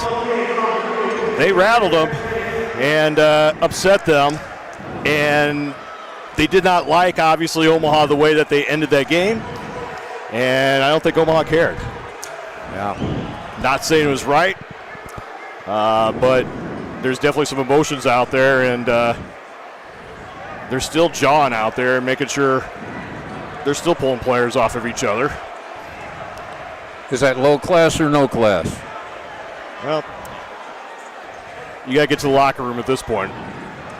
Home team's trying to stay on the field as they do an autograph session, and they actually had to clear kids out of the way because it got heated down there a few times, and they're still pulling players away. Here, it's an interesting scene because you had players that were, doing the handshakes, the hugs, and then right next to also there's punches thrown. And fans and kids are down there. And fans and kids, and you think they're, game's over. So it's like, come on, man. Come on, man. Okay. It's all good now. I see Greg Henricks down there breaking things up. Of course you would. So, he's down. Everything's under control now. He's got experience with that. Yeah, he's clearing the field. He's pointing fingers. Some guys get to the locker room now. On one arm. Yep. So, anyways, Omaha ready for the playoffs, and, boy, you almost look like with the way this one ended, they don't want to wait a week. I think they're ready to go at it right now, but the week will they're give probably them... fighting out in the hallways, it sounds like. Oh, good. Yeah. They're calling security to the concourse, so it looks like it's going into the... guys, come on, man. This is something we've been seeing in this league, and I'll just go ahead and say it right now. There's elements of this league that we've seen it in multiple teams this year. Yeah. Not naming the other ones, Salina. Same thing. Yep. I'll be honest, you got to really start wondering about the future of this league. This league, is 8 teams right now. All the teams did come back last year, which almost did not. Topeka came in and out, which is unusual in indoor football. A team or two leaves, and, this league may have a short future. Yeah, it's this kind of stuff doesn't help. They want legitimacy to moving up or getting opportunities beyond this league, right? This, this is not the stuff you want to have, and they really need to really press the professionalism of the league, and really come down hard and set precedents on people who do this, and this kind of stuff happens, right? Like, you're out, you're done. It's and this is where sometimes these leagues get such a bad reputation. And we've tried in the past. We have worked really, really, really hard. It's easier said than done, but it takes a league.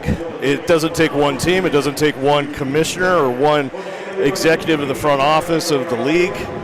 You got to have buy-in from all the teams. Right. Until that happens, it's not going to happen. So, kind of an ugly ending again on a great season, and disappointing. But, I'll just say that I think, this is a franchise, I'll be biased. I think it's better than this, to be honest with you. Yeah, well, here's the thing. I guess the way you can look at it, this probably good chance. The way it lays out, Sioux City will be back here in 2 weeks. Yeah. That'll be interesting. We'll see how they play it then, right? Will cooler heads prevail? Absolutely. So, anyways, Omaha, first round bye. They advance to the semifinals. Winner goes to the CIF championship game. They call it Champions Bowl number 8. That will be decided, half of it, 2 weeks from tonight, right here at the Slaughterhouse. 6:35 Saturday night. Get your tickets or listen to us live on the Boomer Sports Network. For Richard Tiemann, for Nick Burris back at Network Control, Kirk Heyer and the Coach James Curran. We'll see you 2 weeks from tonight in the semifinals of the CIF playoffs. Good night, everybody. Everybody, Omaha on the count of 3. I need you to please ring your bells for me. Tell the whole world what you come to see. 1, 2, 3. Omaha Beef, professional indoor football on the Boomer Sports Network was brought to you by Amanda Spencer State Farm, All-American Insurance, The Amazing Pizza Machine, Anybody Supplements, B. Douglas Construction, Beyond Golf, Bright Eyes, Bright Minds, Carps Exteriors, Complete Fitness, Crown Property Management, DBS, Dean Snyder Construction, DG3 Construction, El Caribe, Eternal Tattoo, Evans Custom Apparel, Fazoli's, GBR, Guardian Windows, Home Matters Construction, Horsepower Realty, Hyde Slides, IAMS, Jerseys, JT Auto Body, Kelly Engineering, Last Time Exteriors, Lifestyles, Midwest Poured Walls, Midwest Quality Insulation, Midwest Title Company, Mike Jansen Custom Decks, the Nebraska Apartment Association, OCB Plumbing, OK Omaha Real Estate, Quality Fence, R Mechanical, See the Trainer, South O Roofing, T's Auto and Truck Sales, TO5 Bollywood, The Bullet Hole, The Garage Company, The Pit Barbecue Lounge, Titania, Tracy's Collision Center, Treat Electric, Universal Bank and Trust, and Universal Trucks.